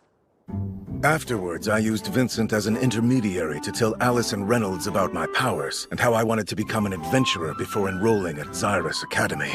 We only just got I should have back explained after thinking he was everything dead, and now you myself. won't let him put himself in harm's way again? No! Why are you angry, Mommy? Yelling's not nice, remember? Relax, hon. We can at least hear what he has to say, don't you think? I can't believe you'd entertain this fantasy of his after how much we've already been through as a family. What has gotten into you, Ray? Well, I've thought about it. What if Arthur found someone else to go along who could look out for him? That seems fair. No way! Reynolds, you can't seriously be considering this, can you? Our son is far too young to run off adventuring. It's not like that. It doesn't have to be some never-ending journey. I could even come home every few months or so. Yeah! Do you really mean that? Yes, I mean it. I promise, Mom. Big brother, you're gonna leave us so soon? It won't be that soon. Not for quite a while still. I guess that's okay. Please, Mom. I wasn't planning to leave right away. And honestly, I like the idea of coming home pretty frequently too. Well, I guess. Besides, I do wish to see more of the Decathlon continent. There's too much that I don't know. And that's not all. Huh? I want to experience the same things that you and Dad did, back when you were adventurers. That's your reason? Mm-hmm. Staying here to simply train would be hopelessly dull. I didn't dare tell them I wanted to use the techniques I'd learned to test my own strength. You still haven't told us about the different elements you use. Tell us now. No more secrets between us, all right? Right. Alice's words made my heart drop. I wish I could share everything with them, but I know better than to do that. Well, it's only natural for your mom to worry about you. Danger does go hand in hand with adventure. Your mother might have interrupted me before, but I think there's a way we can make this work. What if we send Arthur out with someone we already know and trust, Alice? Any takers? Who's up for it? Yeah, babysitting isn't really my thing. So I think I'll just pass on this one. Plus, I can straight up picture Arthur killing me in my sleep. Sure, but who wouldn't? You can be quite a brute. Yeah, it's true. She's right. Definitely. He's just plain unpleasant. Pretty much. What the hell, you guys? Hey, you brought it up. Of course I wouldn't do that. Honestly, it's not like there's much I can offer you in return. But I'll do what I can to repay whoever's willing to go with him. Don't make it sound like such a pain. Being able to watch out for Arthur as he grows up would be great for any of us. Durden is right about that. For sure, yeah. I would like to do it. Oh, you would? I thought you preferred working alone even more than Adam does. It's for Arthur's sake. Interesting. Don't take this the wrong way, but when I asked, I was kind of hoping it would be Helen or Durden. That said, thinking in terms of combat skills, Jasmine just might be the right choice. Durden is best suited to protecting a group with spells that affect a large area. I guess protection isn't really my strong suit either. Now, Jasmine, are you certain that you want to do this? All right, looks like we've got a winner. You know, she probably is the best person for the job. I mean, she's an augmenter who can use her elements, plus she's hit light orange and has crazy wind magic. That's true. I would have liked to gone along too. Sounds fun. There's always next time, right? Yeah, of course. You know I'm in. Thanks so much.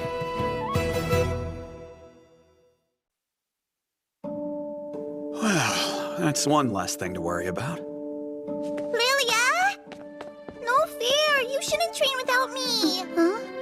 Ah, so Lilia can meditate on her own a bit, even without me projecting mana for her. Boo. Right, I'm sorry. Eleanor will likely awaken around the age of 7 or 8. That is, if she has the perseverance to keep working at it. Want to train with me then? Not right now. Perhaps it's for the best that she not awaken too early. I dislike the idea of her drawing attention. Oh, Dad. Can I go to the auction house real quick? I want to find a sword. Yeah, sure, kiddo. Of course. You need a blade for the application test at the Adventurers Guild. Feel free to have a look around. Great, I appreciate it. So it's official then. You're going to become an adventurer? Yes.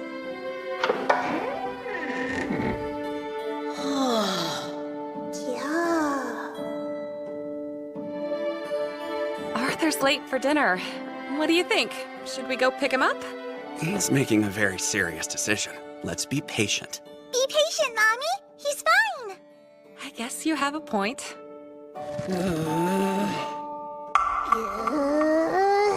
Unbelievable.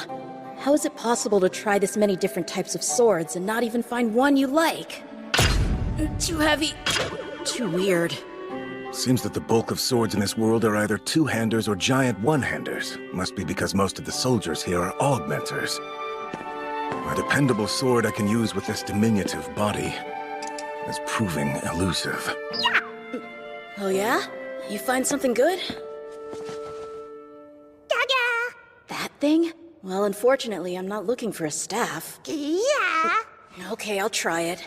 Oh, it weighs a ton! The balance is off for it to be a staff. It's almost as if it's the sword. Do I need to imbue it with mana to make it work? Doubtful, but I suppose it's worth trying.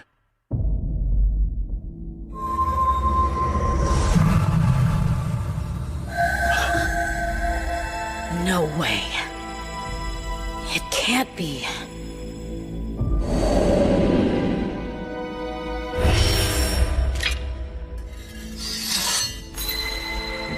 extraordinarily beautiful sword. So much so, I'm not sure it should even be considered a weapon. Still a bit too heavy for me to properly use. But... Sorry about this, Mr. Helstea.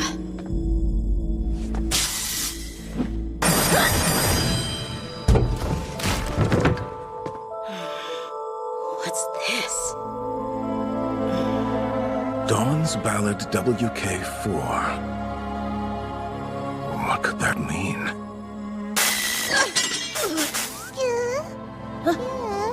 Don't worry, I'm okay. The weight and balance changed. Not only that, but the handle and grip have shortened a bit in order to best accommodate my petite stature. Good girl. You hit the jackpot. So many incredible swords passed through my hands in my past life, but I never found any of them as perfect as this one.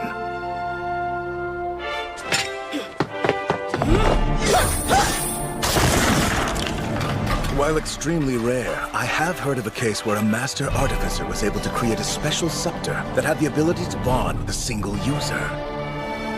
This involved said user infusing it with mana, but the idea of a weapon practically calibrating and binding itself to its wielder is unheard of. WK the Fourth, who were you? Arthur, wrap it up! You should have been home for dinner ages ago! Just one more second! This one's nice. Oh, all right. Glad you were able to find one you like. It may not be as fancy as the other swords here, but it grew on me after a few good swings.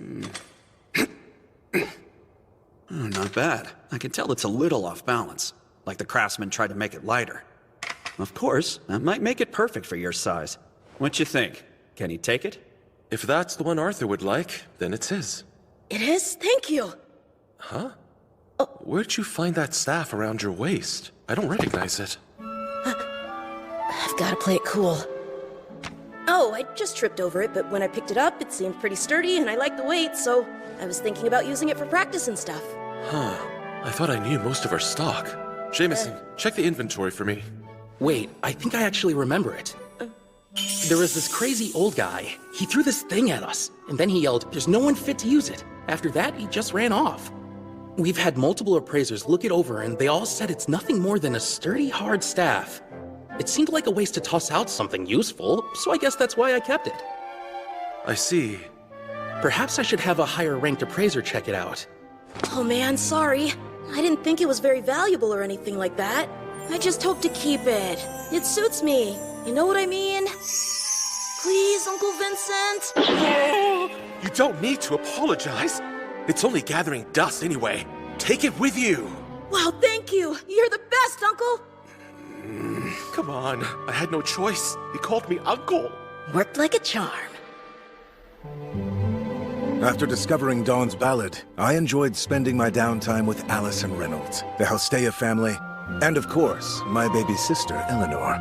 Life was easy and comfortable, but I knew to relish these moments, for I was preparing my mind and body to become an adventurer. Time continues to fly by. It has now been 9 years since I came into this world. Happy birthday, Arthur! Thanks, you guys. I can't believe you're already 9 years old. I don't know where the time went.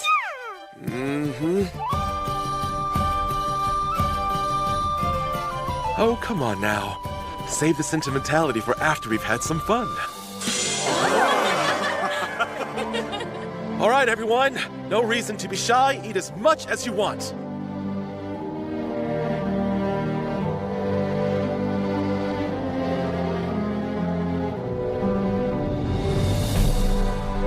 That was delicious.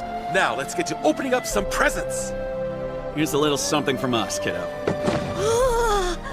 You see those gems on the top? Each one was enchanted with healing magic by yours truly. Thank you so much, Mom! Our present comes with a question. Dear boy, will you marry me? No way. Stop making it creepy. Jeez. Here, this one's for you, Arthur. And Alice, this one's for you. Neat, huh? If Arthur's mana ever reaches a dangerously low level, then the gem on your ring will light up, Alice. We hope it brings you some peace of mind. Check out what we got you. It's pretty cool, a scroll that can produce sound. I'll be real, it was not cheap. You infuse your mana into the scroll and record a message. When your mom receives the message, she can reply one time. Thanks, what a great gift. Thank you all. I can't describe how grateful I am for these wonderful presents. I might be leaving tomorrow, but I want to make a promise to all of you. Mom, Dad, Eleanor, Uncle Vincent, Auntie Tabitha, and Lilia, and everyone in the Twin Horns. I'll work hard to stay safe for you. Well said, son. We're counting on it. Please do be careful. It doesn't matter to me if you get rich or become a famous adventurer. Just come back to us. That's all I want. I know, Mom. I had felt this stirring for a while now, but now I understood it. I have a real family, people who love me, friends who care. I never want to lose the feeling of security that gives me. I treasure it above all else. And if it ever seems like something might threaten their well-being, I will fight with everything I have to defend them.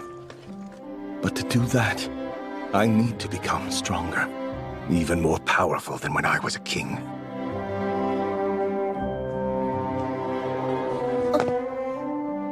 Looking good. You could pass for an S-rank adventurer, my boy. Really think so? Now, one piece of advice. You're strong, but don't get cocky. Don't try to solve everything on your own. Rely on Jasmine, too. Understood. Don't worry about me. I'll be fine, I promise. We'll all be just fine. You be a good girl too, okay, Sylvie? Mwah. Well, it's time to go. Oh yeah, and don't forget to put your ring on. Right. Just know, we're all rooting for you here. And one more thing. Have a good trip. I'll be back.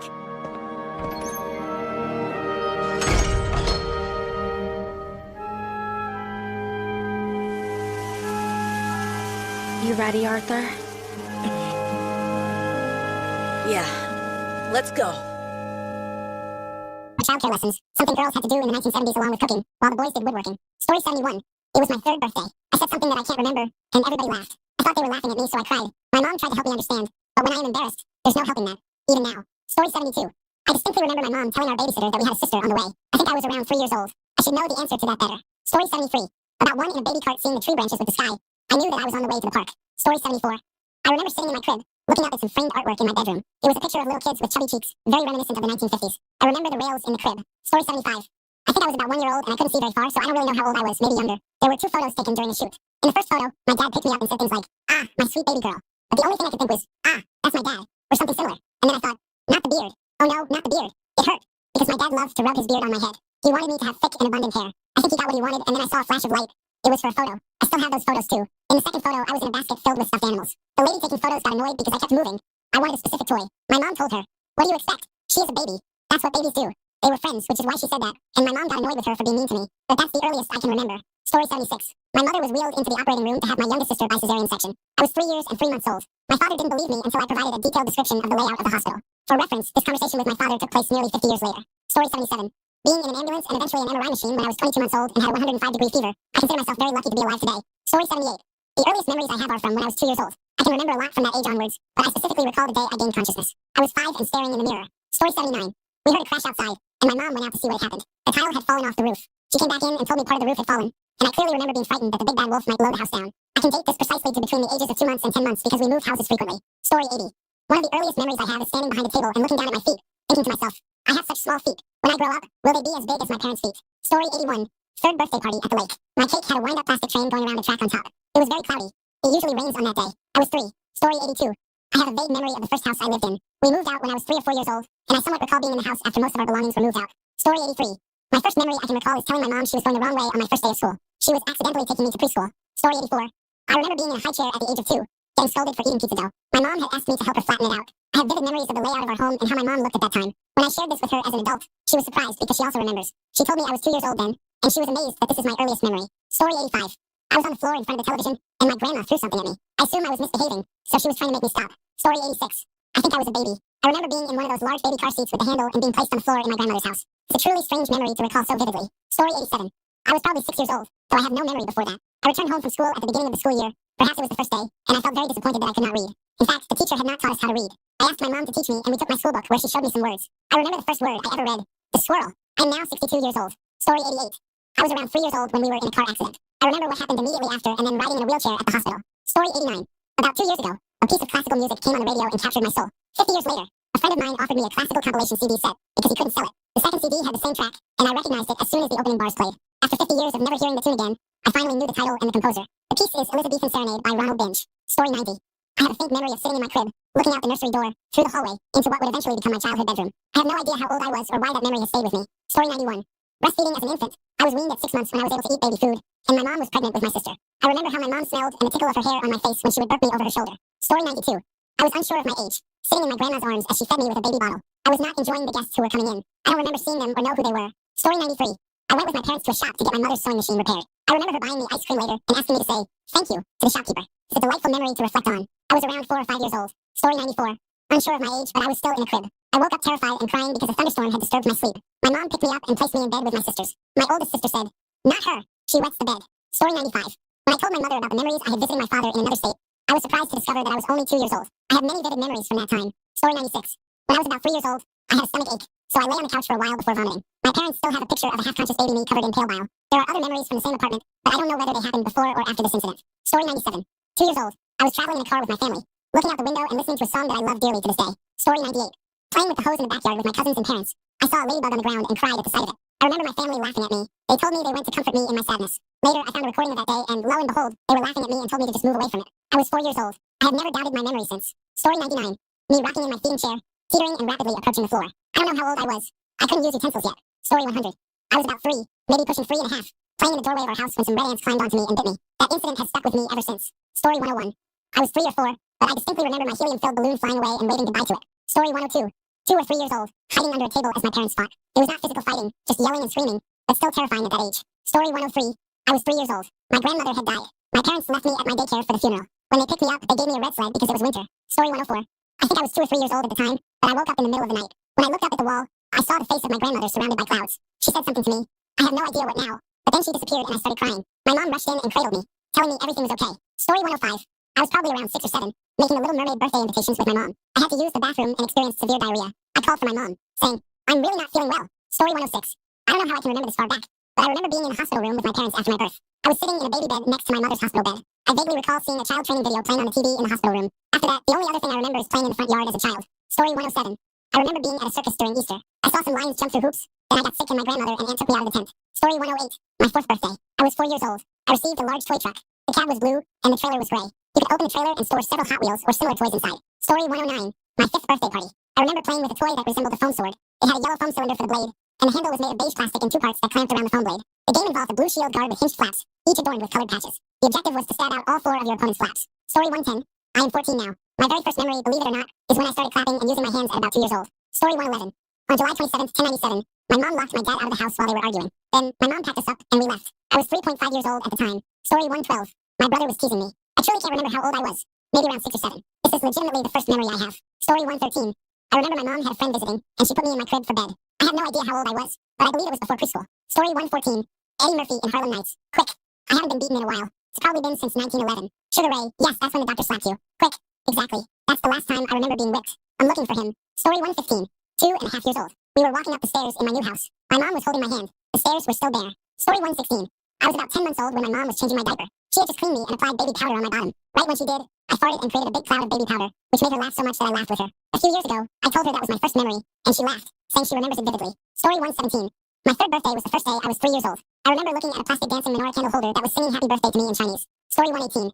I'm not certain it is the first, but my first family holiday trip, especially the smell of petrol, always comes to mind whenever I encounter that scent, even after all these years. Story 119. My parents were recording a video for a reason I can't recall. My mom wanted me in the video, so to persuade me to stay, she gave me a cookie. However, everything else is just a blur. Another memory that comes to mind is of me walking up the stairs, jumping on my bed, and instantly falling asleep. I then dreamed of a cinematic video featuring the Bullet character from Mario Kart driving down the racetrack. I'm not sure if I was dreaming about an actual cutscene, but it had surprisingly good camera angles for someone who was 3 or 4 years old. Story 120. My mother poured a bowl of Rice Krispies and milk on my head and then placed the bowl on top of my head. I think I was 5. Story 121. I was about 2 years old in a house I didn't live in for very long, chasing a pet cat that didn't like me very much. Story 122. I remember going to the hospital when my sister was born, and my dad telling me we were on our way to meet her. I was a couple of months shy of 3 years old.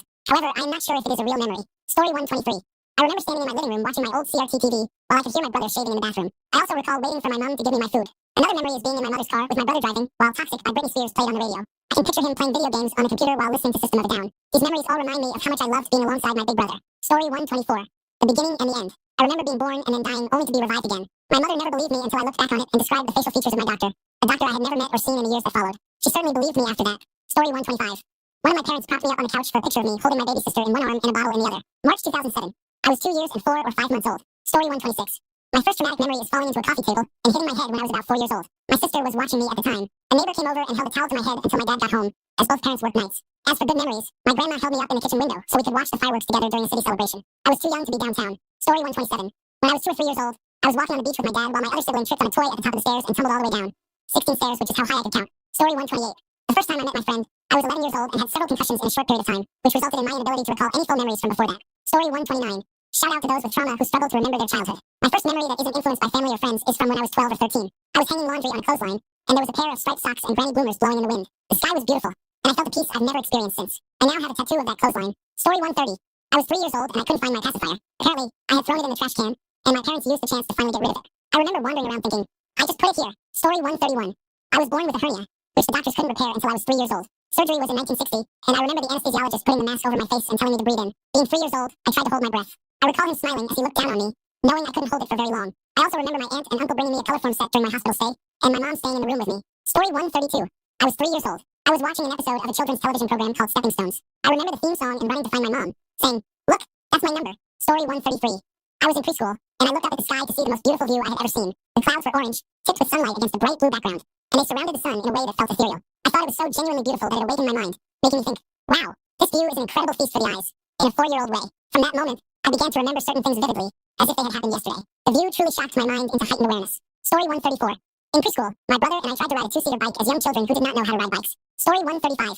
I must have been about 1 year old. We were in the front room of the house we moved out of a few months later when my dad put a record on the turntable. I remember it was a Chrysalis record because I pointed at the butterfly. I am guessing it was Huey Lewis and the News Album Sports, since my dad noted in my baby book that it was my favorite record as a baby. I think he would play it to help calm me down. Story 136. I think I was 2 or 3 years old. I was lying on the floor in front of my house in the sunlight. Story 137.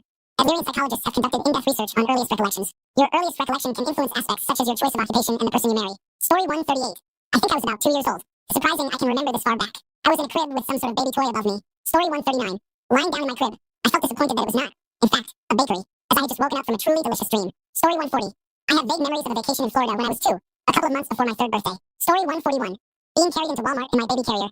I was 5 months old. This was a few months before they changed to their 2008 logo, which is why I stylized it as Walmart and not Walmart. Story 142. Sitting on my grandfather's lap while he played the piano. I was about 20 months old according to my mother. Story 143. May 5th. Looking out the window of my bedroom at the sun, either rising or setting, feels surreal when I think about it. That was over 42 years ago. Story 144. I was 4 years old in kindergarten when a handyman working near our playhouse hit his head on a sharp corner. There was blood everywhere. I remember panicking and running to get help.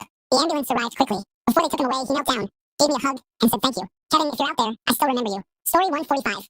Watching a record spin on the record player while staring at the album cover of Night Flight to Venus by Boney M. I must have been 2 or 3 years old and loved watching it spin and listening to the songs. Story 146. 3 years old in a gas station parking lot, freezing in a onesie. I don't know why it's so heavy in my head. Story 147. I remember stepping on a stool to open the silverware drawer to look for my Mickey Mouse spoon. I was not pleased when it wasn't in there. My parents confirmed the story later in life. Story 148. Not sure if it was a scene from The Lord of the Rings or the original Star Wars saga. I was probably around 3 years old. Story 149. At 2 years old, I remember pretending I was Meowth, scratching my uncle's face as he picked me up. He passed away shortly after my 3rd birthday, but he was a core member of my family's life. This is the only memory I have of him, and I cherish it for that reason. Story 150. A 3-year-old me applying almost a whole container of lotion all over my body, even on top of my clothes. Story 151. I can remember being in a stroller. The actual memories of what happened are too vague, but I can distinctly recall what the stroller was like and its shape around me. Story 152. I was 3 years old, sitting by my bedroom door, shoving a penny into my mouth and spitting it back out over and over again until I accidentally swallowed it. My next memory is being taken away from my parents in the hospital and being put to sleep. Story 153. I was crying so hard, next to my brother on my left, looking out the window because my dad had just left the house, and my parents had separated. I was 3. My brother was 7. We were both very upset, and my mom must have been distraught, trying to keep us from crying even harder while dealing with the divorce. This is certainly not the best memory, though it might not even be the worst. Story 154. I was bathed in my grandma's sink and played with the cat. I told my mom this, and she said I was 18 months old at the time. I remember that the cat seemed massive to me, and I could only crawl after it. Story 155. I would hide under my bed and watch the feet pass. I didn't want to come out. When I was about 1.5 years old, my brother died and was buried. I didn't want to die or be buried. That was my memory and fear. Story 156. My mom was slammed to the floor by my little brother's dad. Then we locked ourselves in the bedroom and climbed out the bathroom window, with me handing my infant brother out first. On the other side of the trailer, My older brother climbed out of his bedroom window with a box of his kittens. I was 6 years old, and my brothers were 6 months and 14 years old. Story 157. I remember running after my mother as she left for police training. It was residential, and I was probably 2. I had a long, off-white, knotted piece of a blanket that I particularly favored trailing behind me. I loved my mother so much and didn't want her to leave. My dad was pretty violent, and I was afraid to be left with him. Story 158. A child kicked over my sandcastle when we lived in Italy. I must have been about 3 or 4 years old. I don't remember much else. The Colosseum? No. The Vatican? No. Literally being inside Mount Vesuvius? No. A naked child? Yes. Sigh. Story 159. One of my first memories was when I was about 4, almost 5. I watched the planes hit the towers on television. It was a shocking way to become aware of my own consciousness. Luckily, I didn't fully understand what I was witnessing. Story 160. I was 2.5 years old, according to my mom. I had chickenpox, and I remember being in a playpen while my mom handed me a coloring book and a box of crayons. Story 161. I was 3 years old when my preschool teachers became concerned, and my parents came to pick me up early. I held onto this memory for a long time before realizing that I was recalling the events of September 11th from a toddler's perspective. I was nowhere near New York City, but still in America. Story 162. I don't remember how old I was, but my first word was apple, and I recall the moment I said it to my mom. We were at my grandmother's house, and my mom was sitting with a few of my older cousins in the dining area. There was a line of plastic fruit hanging from the doorway, and the bottom one was an apple. I pointed at it and said, "Apple." Everyone approved. Then I pointed at the next fruit in the line. Childcare lessons, something girls had to do in the 1970s along with cooking, while the boys did woodworking. Story 71. It was my 3rd birthday. I said something that I can't remember, and everybody laughed. I thought they were laughing at me, so I cried. My mom tried to help me understand, but when I am embarrassed, there's no helping that, even now. Story 72. I distinctly remember my mom telling our babysitter that we had a sister on the way. I think I was around 3 years old. I should know the answer to that better. Story 73. About one in a baby cart seeing the tree branches with the sky. I knew that I was on the way to the park. Story 74. I remember sitting in my crib, looking up at some framed artwork in my bedroom. It was a picture of little kids with chubby cheeks, very reminiscent of the 1950s. I remember the rails in the crib. Story 75. I think I was about 1 year old and I couldn't see very far, so I don't really know how old I was, maybe younger. There were 2 photos taken during the shoot. In the first photo, my dad picked me up and said things like, "Ah, my sweet baby girl." But the only thing I could think was, "Ah, that's my dad," or something similar. And then I thought, not the beard. Oh no, not the beard. It hurt, because my dad loved to rub his beard on my head. He wanted me to have thick and abundant hair. I think he got what he wanted, and then I saw a flash of light. It was for a photo. I still have those photos too. In the second photo, I was in a basket filled with stuffed animals. The lady taking photos got annoyed because I kept moving. I wanted a specific toy. My mom told her, "What do you expect? She is a baby. That's what babies do." They were friends, which is why she said that, and my mom got annoyed with her for being mean to me. But that's the earliest I can remember. Story 76. My mother was wheeled into the operating room to have my youngest sister by cesarean section. I was 3 years and 3 months old. My father didn't believe me until I provided a detailed description of the layout of the hospital. For reference, this conversation with my father took place nearly 50 years later. Story 77. Being in an ambulance and eventually an MRI machine when I was 22 months old and had a 105-degree fever, I consider myself very lucky to be alive today. Story 78. The earliest memories I have are from when I was 2 years old. I can remember a lot from that age onwards, but I specifically recall the day I gained consciousness. I was 5 and staring in the mirror. Story 79. We heard a crash outside, and my mom went out to see what had happened. The tile had fallen off the roof. She came back in and told me part of the roof had fallen, and I clearly remember being frightened that the big bad wolf might blow the house down. I can date this precisely to between the ages of 2 months and 10 months because we moved houses frequently. Story 80. One of the earliest memories I have is standing behind a table and looking down at my feet, thinking to myself, I have such small feet. When I grow up, will they be as big as my parents' feet? Story 81. 3rd birthday party at the lake. My cake had a wind-up plastic train going around a track on top. It was very cloudy. It usually rains on that day. I was 3. Story 82. I have a vague memory of the first house I lived in. We moved out when I was 3 or 4 years old, and I somewhat recall being in the house after most of our belongings were moved out. Story 83. My first memory I can recall is telling my mom she was going the wrong way on my first day of school. She was accidentally taking me to preschool. Story 84. I remember being in a high chair at the age of 2, getting scolded for eating pizza dough. My mom had asked me to help her flatten it out. I have vivid memories of the layout of our home and how my mom looked at that time. When I shared this with her as an adult, she was surprised because she also remembers. She told me I was 2 years old then, and she was amazed that this is my earliest memory. Story 85. I was on the floor in front of the television, and my grandma threw something at me. I assume I was misbehaving, so she was trying to make me stop. Story 86. I think I was a baby. I remember being in one of those large baby car seats with the handle and being placed on the floor in my grandmother's house. It's a truly strange memory to recall so vividly. Story 87. I was probably 6 years old, though I have no memory before that. I returned home from school at the beginning of the school year. Perhaps it was the first day, and I felt very disappointed that I could not read. In fact, the teacher had not taught us how to read. I asked my mom to teach me, and we took my school book where she showed me some words. I remember the first word I ever read. The squirrel. I'm now 62 years old. Story 88. I was around 3 years old when we were in a car accident. I remember what happened immediately after and then riding in a wheelchair at the hospital. Story 89. About 2 years ago, a piece of classical music came on the radio and captured my soul. 50 years later, a friend of mine offered me a classical compilation CD set because he couldn't sell it. The second CD had the same track, and I recognized it as soon as the opening bars played. After 50 years of never hearing the tune again, I finally knew the title and the composer. The piece is Elizabethan Serenade by Ronald Binge. Story 90. I have a faint memory of sitting in my crib, looking out the nursery door, through the hallway, into what would eventually become my childhood bedroom. I have no idea how old I was or why that memory has stayed with me. Story 91. Breastfeeding as an infant. I was weaned at 6 months when I was able to eat baby food, and my mom was pregnant with my sister. I remember how my mom smelled and the tickle of her hair on my face when she would burp me over her shoulder. Story 92. I was unsure of my age, sitting in my grandma's arms as she fed me with a baby bottle. I was not enjoying the guests who were coming in. I don't remember seeing them or know who they were. Story 93. I went with my parents to a shop to get my mother's sewing machine repaired. I remember her buying me ice cream later and asking me to say, thank you, to the shopkeeper. It's a delightful memory to reflect on. I was around 4 or 5 years old. Story 94. Unsure of my age, but I was still in a crib. I woke up terrified and crying because a thunderstorm had disturbed my sleep. My mom picked me up and placed me in bed with my sisters. My oldest sister said, not her. She wets the bed. Story 95. When I told my mother about the memories I had visiting my father in another state, I was surprised to discover that I was only 2 years old. I have many vivid memories from that time. Story 96.